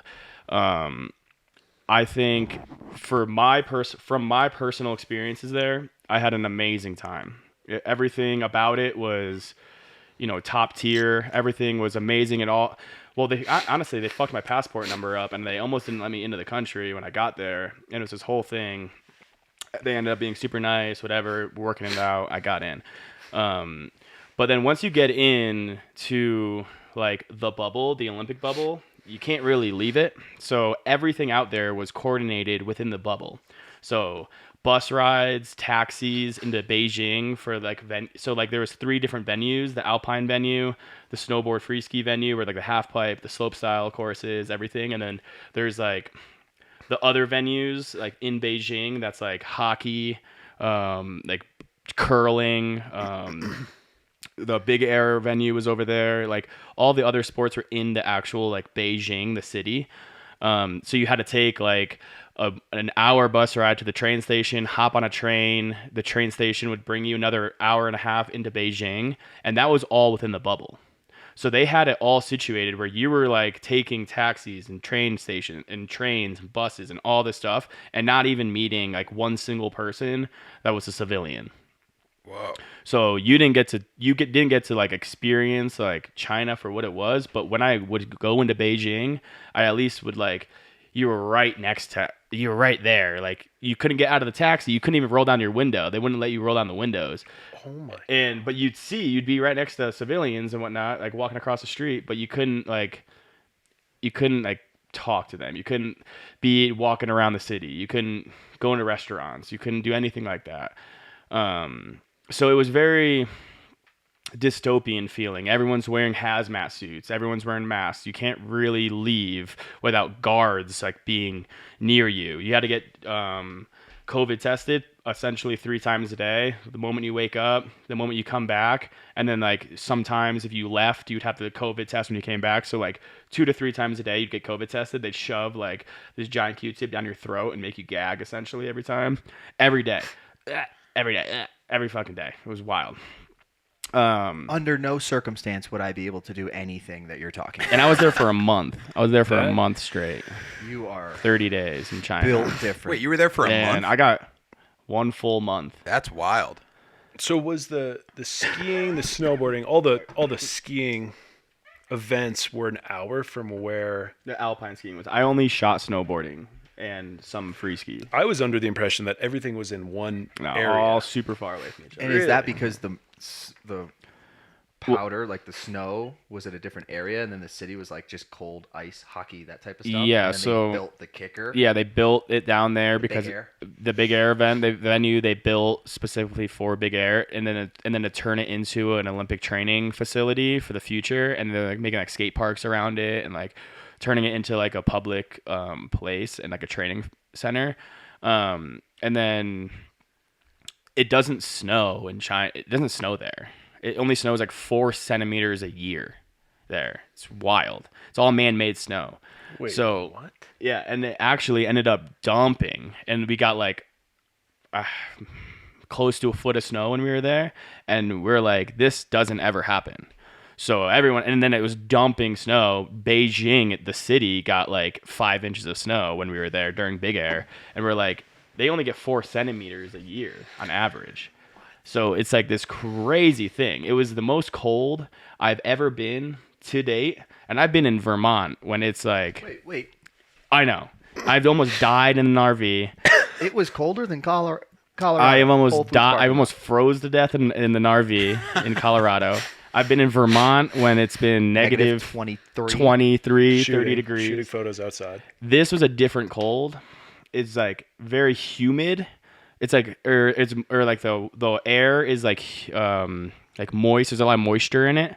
So you'd breathe and your breath would like freeze to your face, and I'd have icicles like dripping from my eyelids, and like everything would just be frozen to my face. My beard, like everything would just be like frozen.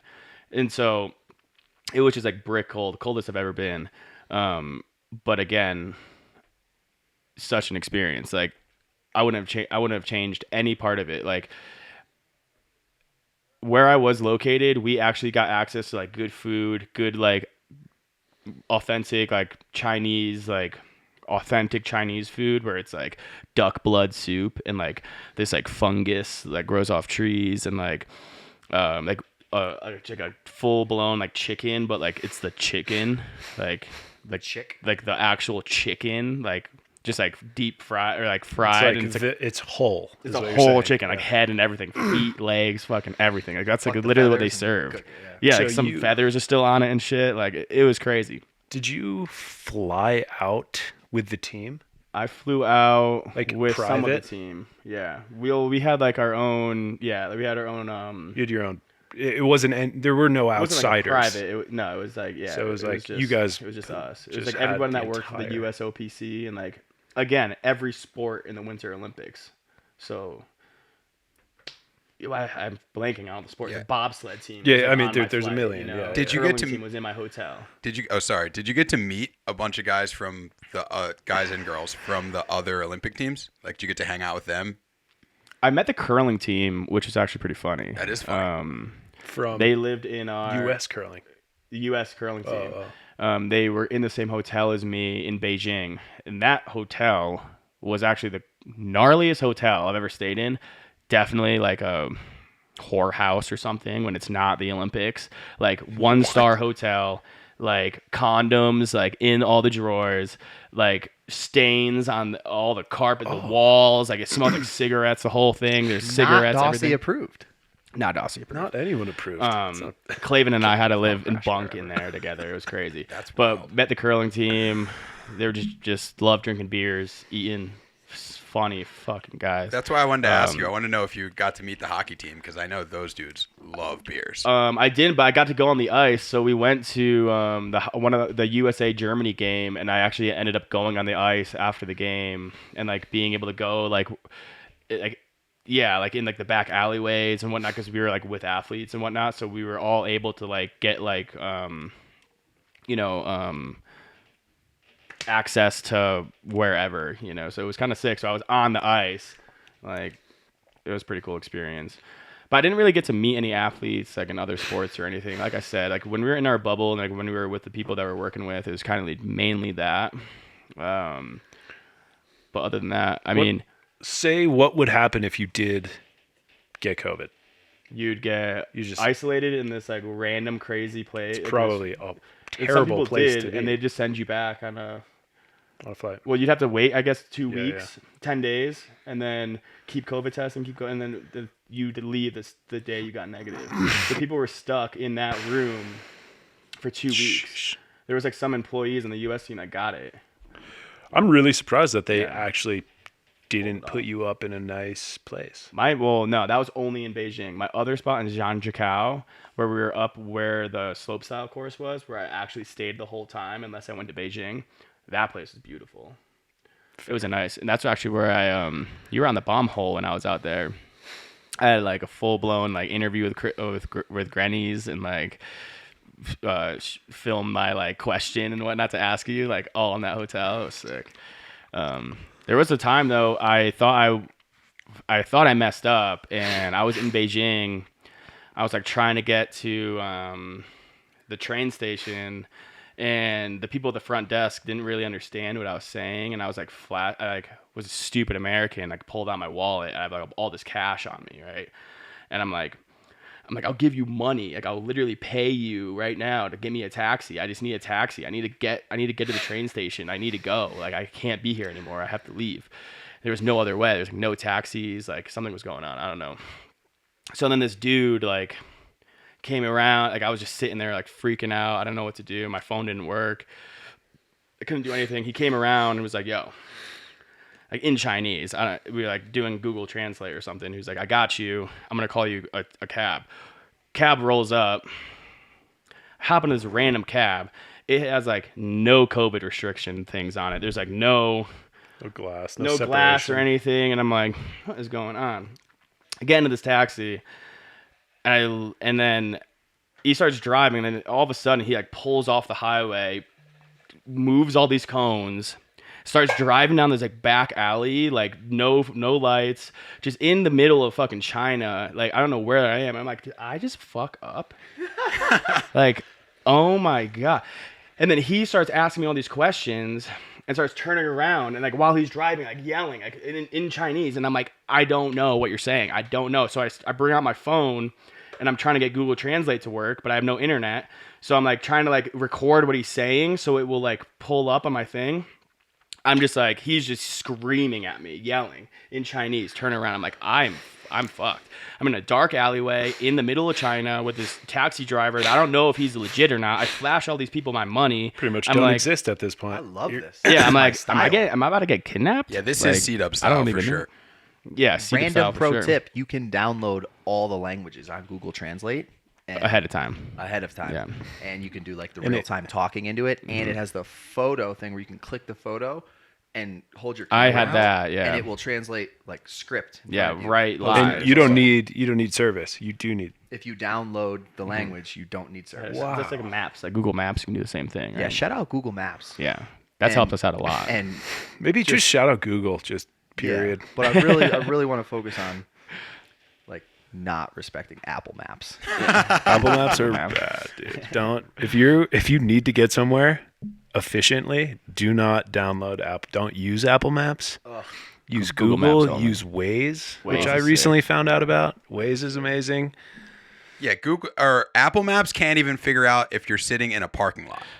Like Apple Maps is not even capable of that, of just understanding that I'm starting my GPS from a parking lot. Like it can't tell if you're on the road or where. It won't even tell you to make a right out of the parking lot. Like it just goes around in circles, and I'm like, okay, rerouting. Yeah. Which is actually like crazy because Apple's like the greatest tech company to ever exist. I almost think Google's Apple. It's so big, and they just can't. Mongols They can't figure it out. Either way, sorry to. Sorry, Apple. So end of story, or long story short, ends up pulling around the back side of the train station. Super cutted, give me a shortcut, just like most dope dude ever, just shortcutted me to the train station. What would have taken like another hour took like 30 minutes, got me there early. So boom, got to the train station, all legit. Got out, held my bags. Helped me get my bags. I was not expecting on my way. that. And you didn't get COVID. Didn't get COVID, didn't get kidnapped. So that's chill. Still here. That story was a dicey kind of got me a little, got my nerves going, dude. I thought it sounded like you put yourself in a really bad I was like, I'm literally situation. he's gonna take me out of the bubble. Like, that's what I was like most worried about. I was gonna get out of the bubble, and then it would like get back to people. 2 weeks to get back in. Well, not to get 2 weeks back. Look at Dawson's Was that why it was dedication a to the month? shot. He was worried about getting back into the bubble more than he was worried about his own life. You're like, I might be getting kidnapped right now or robbed, but like, really, I gotta get to the train station to shoot these photos. Don't take me out of the bubble. I'm pretty Do sure what the you next will. day was like a big. I'm pretty sure the next day was half pipe, and that was like Shaun White's retirement. So like, it was his last time he was gonna be competing or whatever the case was, and so that was the next day, and that was one of the biggest days of my career because. And like I have a good relationship with Shaun, and I had prior to the Olympics, but that was really a trip, just to watch that all unfold and then be with him during his media tour afterwards, and like just him and I in a taxi together, and just going to all of like NBC Today, the Today Show.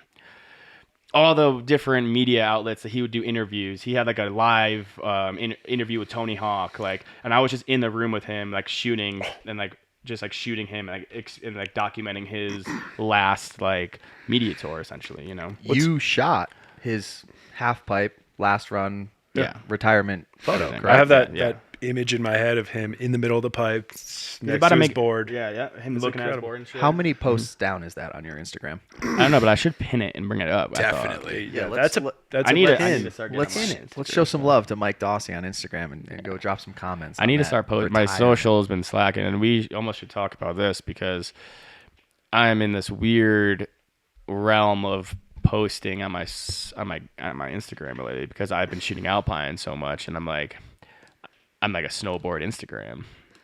So I'm like, do I start posting? I think you can Or do you I can not? blend your Or do I Instagram into stick one. true? I have so much snowboard shit to post, but I'm like, There you go. There's nothing wrong with You know? diversifying too. Like you should post.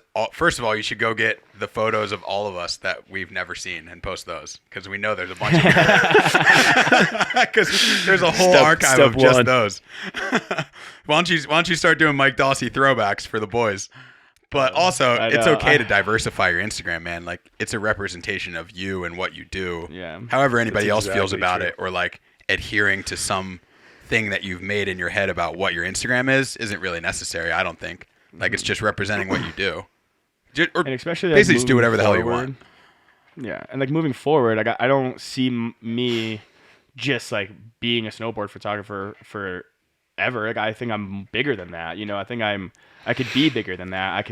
I have more to offer than just that. And it's like, when is that time where I'm gonna start like posting like other shoots, other commercial stuff that I've shot, other projects that I've shot that are outside of snowboarding. But I'm just like, I just love my snowboarding stuff so much, and I just love snowboarding. I love my snowboard photography, and like my fans or like my support system is like always snowboarding, and it's got me here. So it's like I almost like feel bad if I post something that I want if it's not snowboarding, because it's like 100%. oh my I mean, God. I get what Jamaal's saying too about it's you do that, but at the end of the day, like people are following you. Yeah. So they're following you for a reason, which is why we created the You Love to Hear It podcast on a separate channel, because you want to give people what they subscribe to. If you subscribe to me for a vlog and we start doing podcasts, you know what I mean? It's like, what you know, that's not what you signed up for.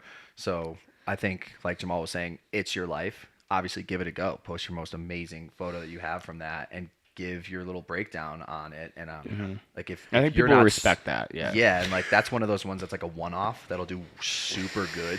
And then if you keep posting more of it, they're like, okay, we're not doing ski racing. But the original one was like telling a story about where you're at, and like we all love Mike Dawsy for what he does. So we just need kind of it's a midday breakdown almost. Yeah. And then go back to what you said you love to do, which is post your snowboarding stuff, but throwing in some reality, Some life I think, breakdowns. honestly, I think a lot of people follow you, because of the snowboarding, but I think it's also your creative eye and your perspective on things. It's not just because people want to see a sick snowboard shot. It's like, because you've got a very unique style of shooting that you don't see anywhere else.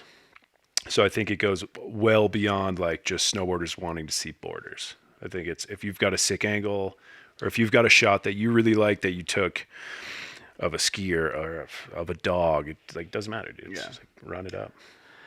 Yeah, it's just again, no one cares. Yeah, no one cares. No one really. ever cared. Post it. Yeah. Post it. If And if no one likes it, Yeah. no one saw it, so they don't even know Yeah. that they didn't. You know what I mean? They don't even know it didn't do good because they didn't see it. CW, you went through that with surfing on the channel for a long time. You know, you have people that were subscribed for snowboarding. Me and you go down to Baja. We're still very mediocre at surfing. And they're like, how did I go from watching this kid absolutely destroy terrain parks everywhere to watching these two goons trying to learn how to bottom turn? You know?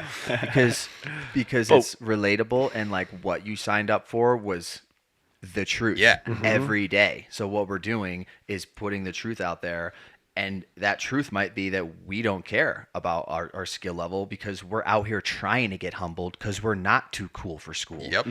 I'm like, that's one of the best things ever is getting bodied. And I saw the the shift in like the comments from what I was just saying, where they're like, "What did I come here for?" Blah blah blah.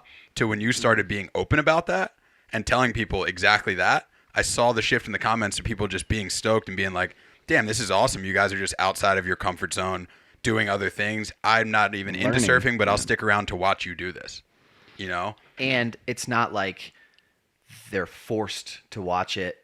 You know what I mean? It's just there. If you see it and you don't want to click on it, or if you click on it and you scrub through it, the scrub thing, you could like fast forward and see stuff.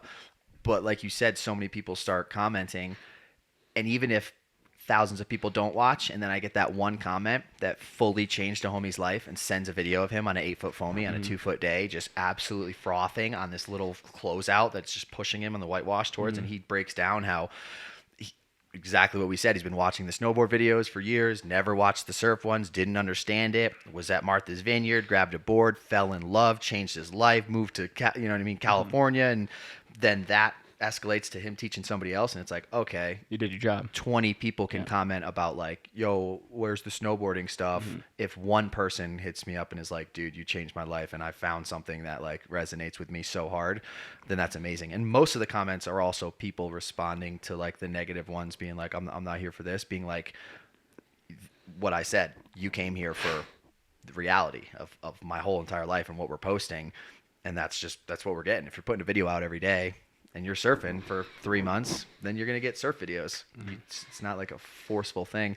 And then also, like when we do triple threats and we get a full bear video, but in the morning it's, a 3-4 minute surf session that's banger. So many people will watch the video that's snowboard.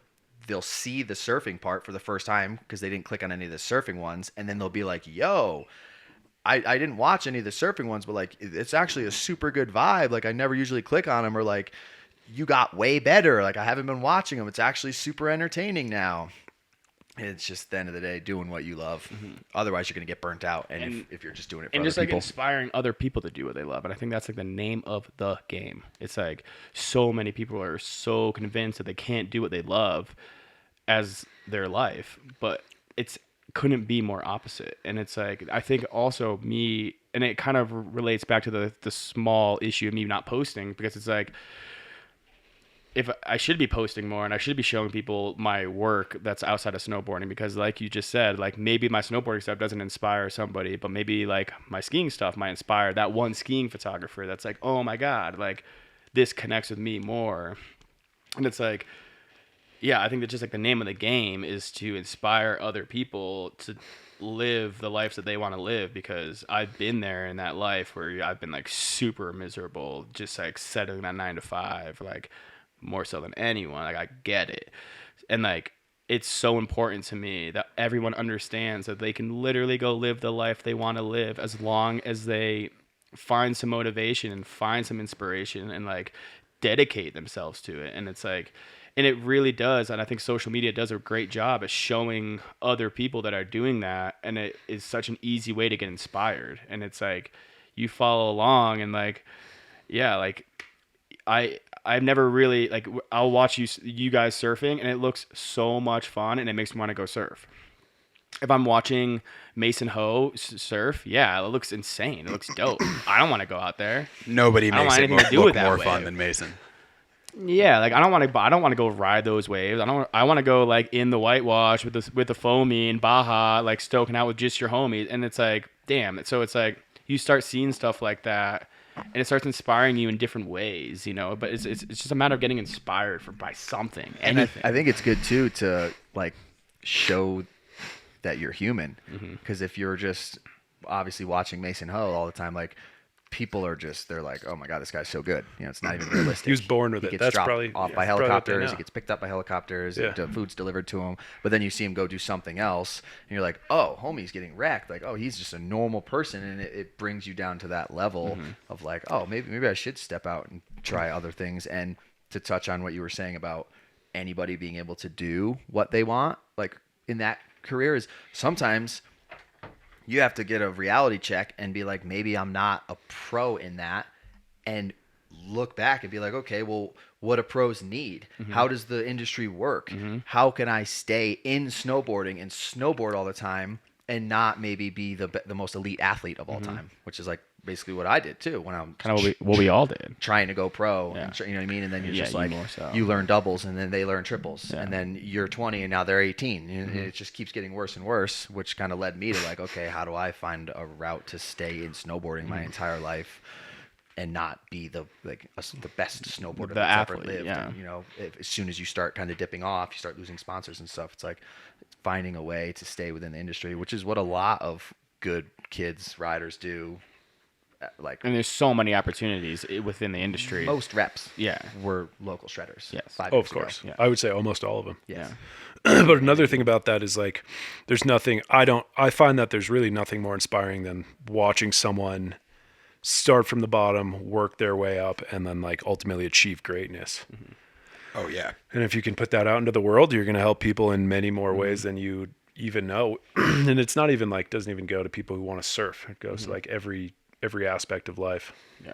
I mean, think about how many people could not even be a basketball fan and then go watch like the Michael Jordan doc on Netflix or go watch anything about Kobe Bryant ever and just be like, these human beings were so steadfast in what they wanted to do and so locked in.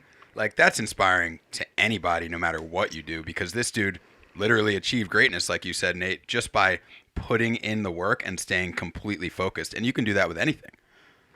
While his homies went to the bar after a game and celebrated, Kobe was in the gym. There's so many good Kobe Shooting stories free that are like throws. popping up on Instagram now.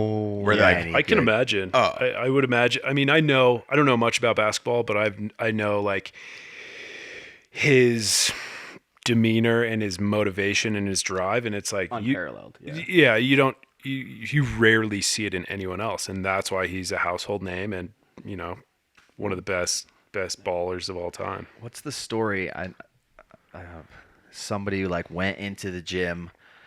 Kobe had already been practicing for like an hour. Homie started practicing on the other end and just was shooting for like hours and hours and hours and was like trying to just, when's this guy gonna leave? And then Kobe just kept playing until homie was done. And then when he was done and he was leaving, Kobe stopped and like went over to him maybe and was like, yo, just like want to let you know I was gonna give up, but when you started, I just wanted to let you know that I would train harder than you no matter exactly. He would not leave until he left. I love that. Oh I my will god, die it's out such here. it's such a mind fuck. It's like that's the mentality because like he's he's such a competitor, but at the same time, it like really comes down to like the mental game. Like you can psych out your opponents so easily, and and he knew it, and I'm sure he's done it throughout his whole career. Oh yeah. Rolls into the gym, sees an opponent, and just psychs them out. And those dudes, you crumble. Yeah. Like, you can crumble mentally. Dude, even last summer, watching Steph, like just Steph's last season, it literally got me into the gym and I started playing basketball randomly. Yeah, because you're just watching this guy who came off an injury and then he comes back, starts lighting it up, and you're like, dude, I forgot how much I love basketball until I watched somebody Literally. do it like this. I was obsessed with Steph Curry last summer for some reason. I just was in the gym playing basketball by myself for hours. I told you they got pickup games Hours. in Truckee. You got to get in on that when you're home. I was in Utah. Yeah. And I don't know. I don't know nobody in Utah. So People underestimate the mental. Yeah. It's so mental. That's the Eric Thomas quote, he's just a speaker, absolute legend, the hip hop preacher. And what's his thing where he's like, I was like born broke, didn't go to good school, not that smart. You know what I mean? He's like, I will die on the treadmill if you don't get off first. Yep. yeah. I will die outworking you. He's like, that's the only thing I have. He's like, I will just keep mentally going. That's like, and that's the difference between like a snowboarder on the come up that's young that maybe just ends up kind of going the partying route versus someone who's not as good as them, who like joined later but is like super motivated and trains and practices and is like the mental is on point. It'll the graph will switch on Hard work beats talent when talent doesn't work hard. Exactly. I read this story and I'm going to completely botch it, but I'll try to summarize it pretty simply. So there's this guy, bear with me. There's this kid growing up, like came from a hard family, didn't have much going for him. Struggled in school, wasn't very intelligent, and like probably wasn't, I don't know if it's real, but probably wasn't going to like be able to go to college, whatever. So senior year in high school, he takes the SATs and is like, everyone's like, he's going to fail, gets his SAT score back. And it's like a 2,300. Aced it. And so after that, he's like, holy shit, like I can do this. This is crazy. Goes on throughout life to achieve greatness. And like 10 years down the road, like someone hits him up and they're like, you got the wrong SAT score. Like yours was actually like 76, but now he's like so successful and like crushed life. Head to toe shivers. Right? Bumps. Frothing. I wish I read it more clearly because it's a good story, but that's the premise. Yeah. I understand the premise there because like, it's the positive affirmation. It's just like, it's the placebo effect, really. It's like, which has been proven to work scientifically a million times over, which is like you can mentally believe your way into something. Like if you truly have like absolutely undying faith in something, like you can fake it till you make it. You know what I mean? You can put so much faith in yourself that eventually your actions start to line up with the faith that you have in yourself because you have ultimate confidence, Yep. And that goes back to parenting, which they've done hella studies on kids that have parents that are like reassuring and instill confidence in them end up doing more stuff than parents who are constantly diminishing or saying no the rest of their life. They subconsciously have this thing that holds them back. So I've seen in studies, and it's like shout out to the parents that are just there for their kids straight up, whether or not they're doing good or not, like instilling the fact that like you got to have fun, work hard, and do your best. I mean, and you won at any level. I'm like learning how to parent on the fly right now, like having stepkids, and that's something I try to do, which is like there's so many things that I don't even know yet. There's like so many more levels for me to go into with this, but like more than anything, I just try to be supportive. I just try to like encourage them to do new things without being like, everybody's seen the overbearing sports dad who's like, you're going to practice again, and then they treat you differently if you do well or if you don't do well. Like, I don't want to do any of that. I just want to be like, do you want to go? Sure, I'll support you to go. Now, if you don't want to go, but it's because you're in a bad mood, maybe I'll encourage you to be like, hey, I know you're in a bad mood, but maybe if we just get there today, you'll feel better about it after practice. Look at it in a different way. But I'm not going to be like, get in the car, we're going. There's no reason for that. It's not helping them, and it's not showing them that you're confident in them. It just builds animosity, resentment, and then you want to start doing the opposite of that. Yeah, exactly. Yep. So I really never want to be that guy. I feel like it's just, it's a bad look, and it's you projecting your own energy onto them when in reality you should be like cultivating any good feelings that they have and trying to bring those to the top more than like worrying about your own. No, I think like a big part of, I actually do want to get into your life, Jamaal, but before I start breaking that down is when I got let go of my finance job out of college, I thought my dad was going to be so bummed on me.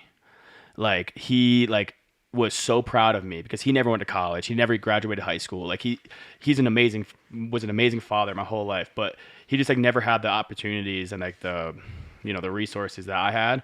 And so when I got this like really fancy 9-to-5 suit and tie job, he was like, oh my God, you're a successful man. I did it. Like, and then I got let go. And I was like, everything I've ever kind of like worked towards kind of fell into my lap. And I called my dad immediately and I was like, I'm moving to California. And instead of him like turning me down and being like, what, like being scared for me, he was like, it's time.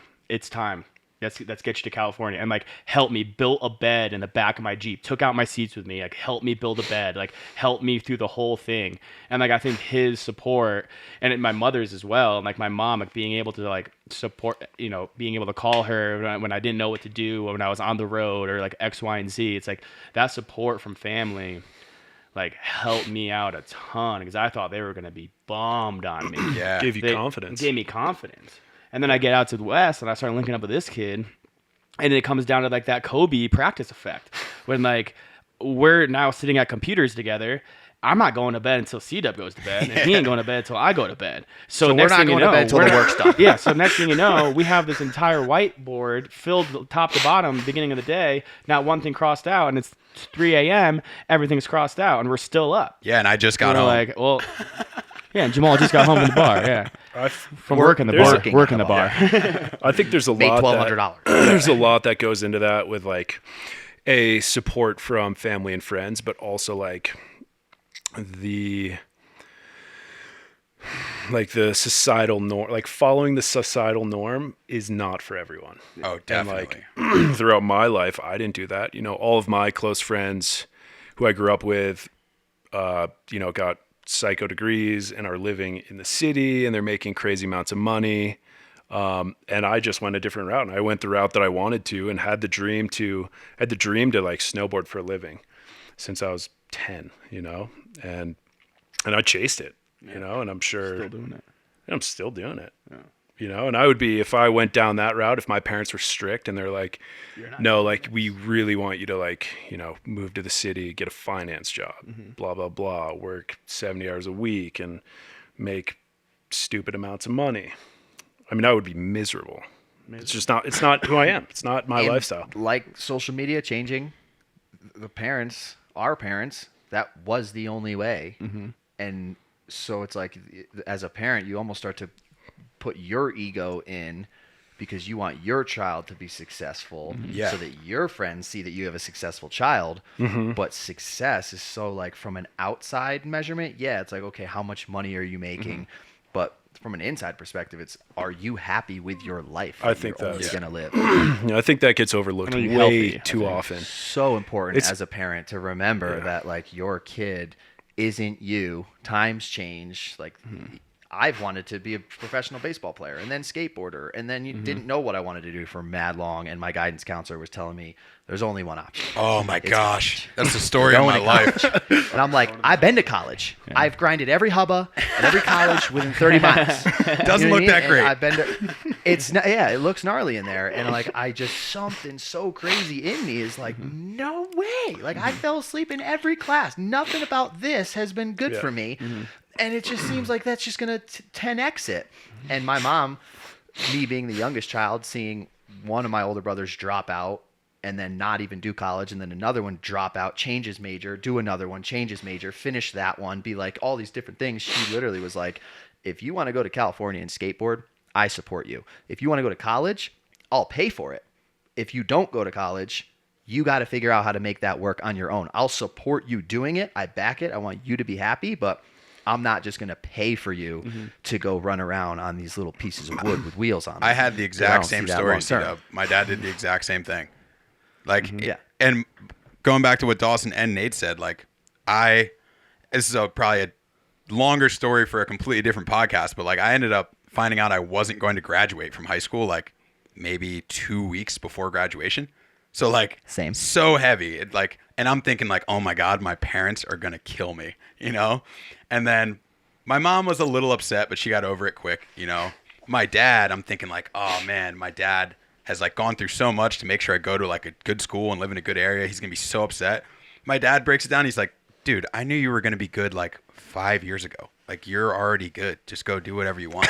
He's like, I don't need a high school diploma to tell me that you're good at life. Like, I'm your dad. I already know. Saw you as a human. Yeah. That's Like, huge. We have a similar story like that with all the people that we hang out with. Yep. Like even Mike Green, and he hits his dad up, and his dad, doctor, freaking agent of the freaking FBI, whatever. He's just this gnarly human being of all this stuff, and he's just like, you want to move to Colorado? He's like, oh, he's like, you got to go. He's like, that sounds Dude. amazing. Mm-hmm. And he's like, what, you've been snowboarding for 3 years. You built a career 4 years or whatever. He's like, you want to move to Southern California, Mexico, and Oceanside? He's like, do it. He's like, that must be so sick to live by the water. He's like, I went to, when we were at a RV park the other day, some like 70-year-old dude checked us in. He's like, I heard from management, they're going to hook you guys up. You do YouTube videos and stuff, blah, blah, blah. He's like moving all slow. He was like so stoked and happy to be meeting us. And then he's like, after he checked us all in, he's like, I just want to give you guys so much props and credit and love right now for like doing what I want to do right now at your age, because it's tough and I really can't do it like the things that you guys are doing, but I would like to. He's like, so just, and you get that reassurance from someone who's at that age, who went through all of the trials and tribulations and guidance counseling and been told yes and no, and to hear that just full circle is like reassurance. That's Keep pretty. going. Those stories alone are like pretty inspiring to me. Like with Green, his dad just being fired up about whatever he wanted to do.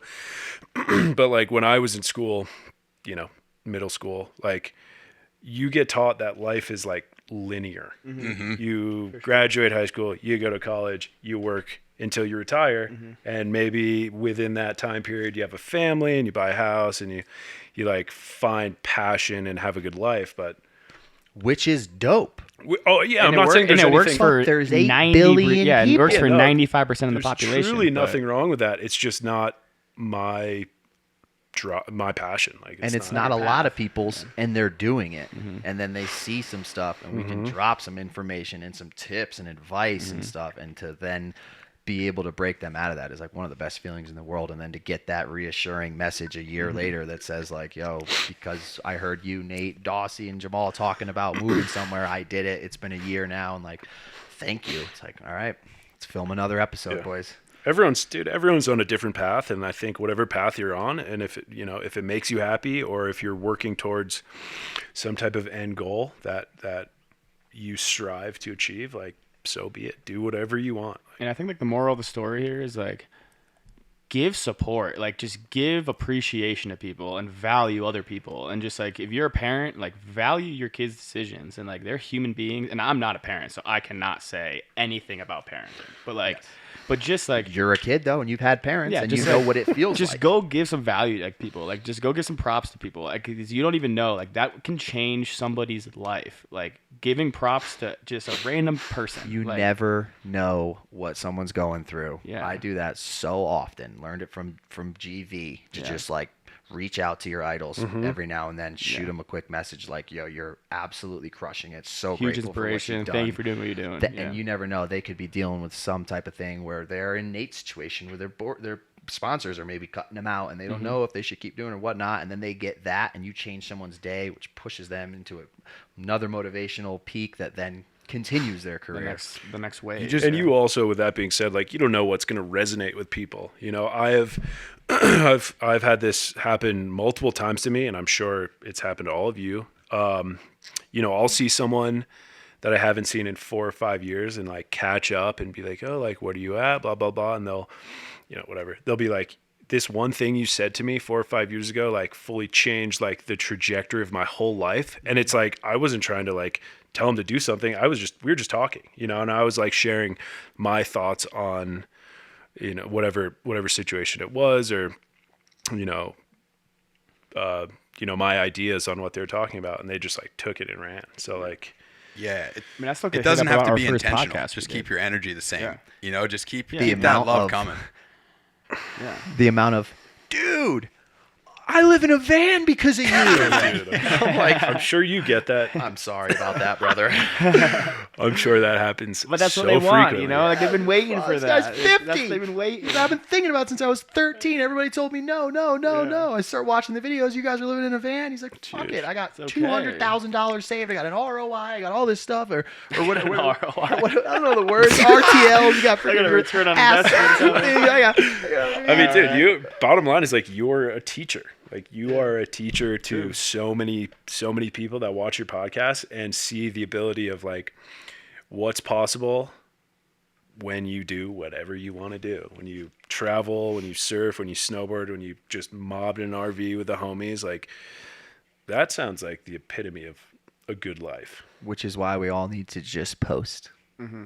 Yeah. Because end of the people are day. learning how to 450 in and out because of you. And That's people are learning how to crop and frame and, you know what I mean, switch their style up because of Dawsy. So there's been a lot of photographers that haven't excelled this winter because Dawsy hasn't posted. Yeah. I swear, this is not, you guys are No, laughing. I have completely agree. seen- I really actually do I have agree with seen that. him It's just funny. create formulas, brand new styles, emulate it for a couple weeks, and then poor versions start popping up all over the place and start getting a little bit better until like that's kind of a new thing. And now big companies are doing that as their thing. And Dawsy's out, thought of a new one, comes up with a new thing. People are stoked on that. They start emulating that. It's the Dawsy Effect. More than a responsibility to your followers, it's like you have a responsibility to the culture. Like you have a responsibility to keep adding your pieces into the pot so that the collective pot grows. It's just like we see it with the progression of snowboarding or progression of anything. Tricks that were, if you had a switchback 9 in 2001, you're like, this guy's pro. Now there's 8-year-olds that do switchback 9s. But that's because people keep adding to that pot. They keep putting in the work and adding to that pot, and people see what's possible and they take it further. But you have like a responsibility being in the space that you're in to keep adding to the pot so that the art itself can progress, you know? That's a dope way to look at it. I like that. Yeah, so get a never little something in actually that pot, looked bud. at that was some serious knowledge. I've never looked at it that way before in my whole life. Yeah, I didn't either could till go right now. on forever. Yeah, I could talk for We the could next go full on day. forever. Nate's got to drive 9 hours. He's already an hour past due. Yeah. Two. Break down everything. We're Good? looking at 2 past due.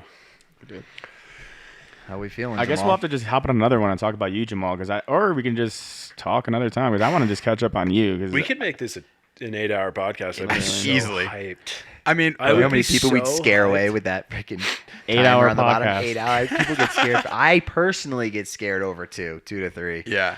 Break it up. To be continued. I mean, Dawson, To I be can make it continued. quick for you. What do you want to know? I haven't talked to you in a hot minute. How is being an adult? Oh, yeah, that is a long conversation, but it's great. In short, it's great because one, it was a step that I was like ready to take. Like I felt Yeah. my energy shifting in that direction anyway.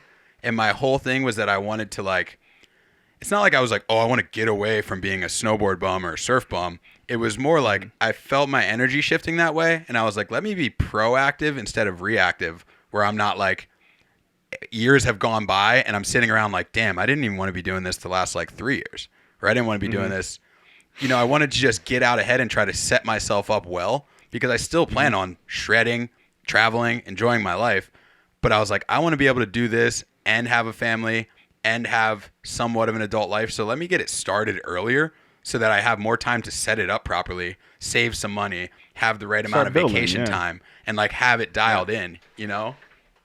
Yeah. So How many times have we claimed I am a full-grown adult male? You know, how many times Bro, did we say that? my senior year- Not true. It was never true. Adult man. yeah, my senior year of high school, the amount of times I looked a teacher dead in the face and said, yo, I'm a grown-ass man. Yeah, that's what it is. I'm a grown-ass They're man. like, What are no, you you talking ain't. How full- Could not you be ain't. further from the truth. Could not. I was a child, a literal child, looking grown men know. dead in the face, being like, I'm a grown-ass man, dog. You ain't going to tell me what to do. Now I'm like, I Yeah, should have definitely living in listened the to that back guy. of your truck. Yeah. You're like, yo, you live in your truck, bro, and you don't have income. Yeah, you don't. Are- you yeah. haven't had health insurance Yeah, in you- 6 years. Yeah, you're 6 foot. Yeah. That's it. You can grow a facial hair. Like, I don't know if I I you're couldn't too even do old. that till I was like 24, dude.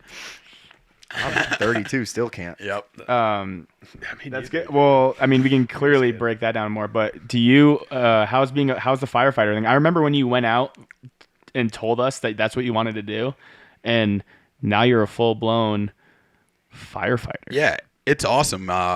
It's cool because you get to go to work every day to something completely different. Like you literally have no idea what's going to happen.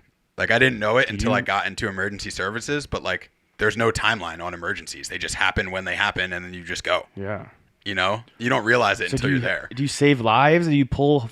I just envision Jamaal like pulling like bodies, like Two not bodies like dead over bodies, but each just like shoulder. saving humans out of fires and just like Dogs, kids. being that guy running back With a in. weighted vest on just Yeah. because. Yeah, that's what firefighters would call like making a grab. Like if you go into a fire and there is somebody trapped in a fire and you get them out, that's making a grab. But that's like something every firefighter aspires to happen to them, but it has not happened to me, you know? Okay. But, you know, maybe it will one day. And no matter what, we all try to like train and take pride in it.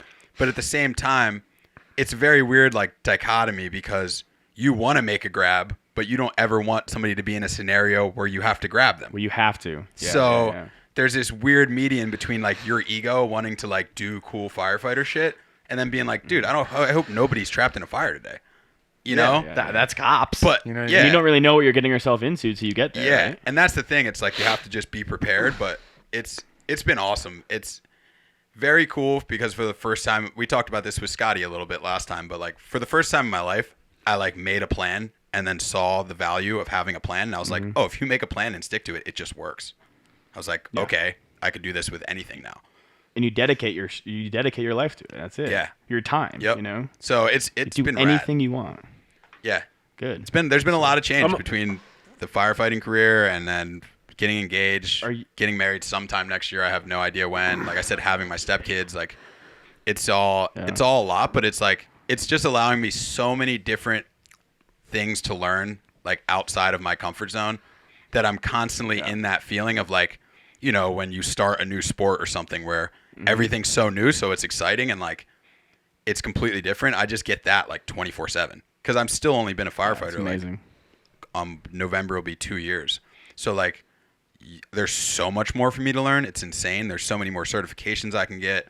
I can try to promote later on in my career. Like the grind never stops in firefighting. That's part of the reason I wanted to get into it because it's like you're constantly in continuing education. You're constantly training new tactics. You're like, you just get to do this thing forever where it always grows with time and you grow with it. So it's pretty cool. It's amazing. We're gonna need a full Jamaal pod in the Jamaal. future. Yeah. Full Jamaal Paul in the future. Yeah, definitely. But everything's great, man. Loving life over here. Dude, I'm stoked to hear that because it's been a while since I've even You in seen Brattleboro? your face live. Yeah. I work in Brattleboro, Vermont. Sick. But yeah, it's been great. It is good to see you, Nate. It's been a hot minute. I know. It's been This has just been amazing. far too long. I feel like we got a lot of good stuff out of this. I agree. I agree. A lot of stoke to share with the world. There's more to Honestly, be shared. there's more. This is a good 4-pack. There's more. This but could rip forever. My stomach, I'm hungry. Yeah, same. I have not eaten yet today. The coffee. fast is needing to be broken. Nate's got to drive. We got to wrap it up. It's a serious We got the fast for you boys. on the East Coast. Yeah. Show some love to Mike Dawsy, at Mike Dawsy on Instagram. We got at Nate House That's the one. on Instagram. We got at Righteous Jamaal. Huge shout out to the Peder, Shredder Lovold, who's making this whole thing to He's a come king. together. And show some love Yeah, to this setup is You? official. official. Casey Willax. Show some love to your boy, Thanks. Casey Willax. Thanks for Casey getting us together. thanks Sitting us for down hosting on this was couch. fun. Show some love to the podcast Instagram.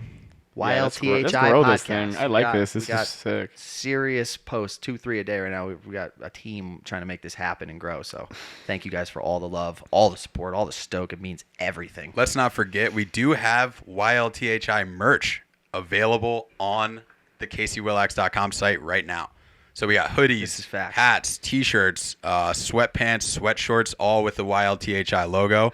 So check those out. And then thank you to everybody else for watching. And it's on all platforms. So you can just listen. You can watch the YouTube video. But we really appreciate all the support. We've been getting mad love on the socials from everybody. And They've if you been want us to amazing. keep this They're going, good. best thing you can do, comment on the Instagram, like the YouTube, subscribe to the YouTube. Just give us a thumbs up. Takes a couple of seconds, but it's huge for us. We really appreciate that. And if you're in a position to support, we got the Patreon where you can actually drop questions and we will live answer your questions on the coming episode. So you'll love to hear it. Boys. Run it I up. love to hear it, boys. Run it Run up. her out, Bill. Thank you guys. We'll see you in the next one. You. Thank you. Later. Peace. Nice.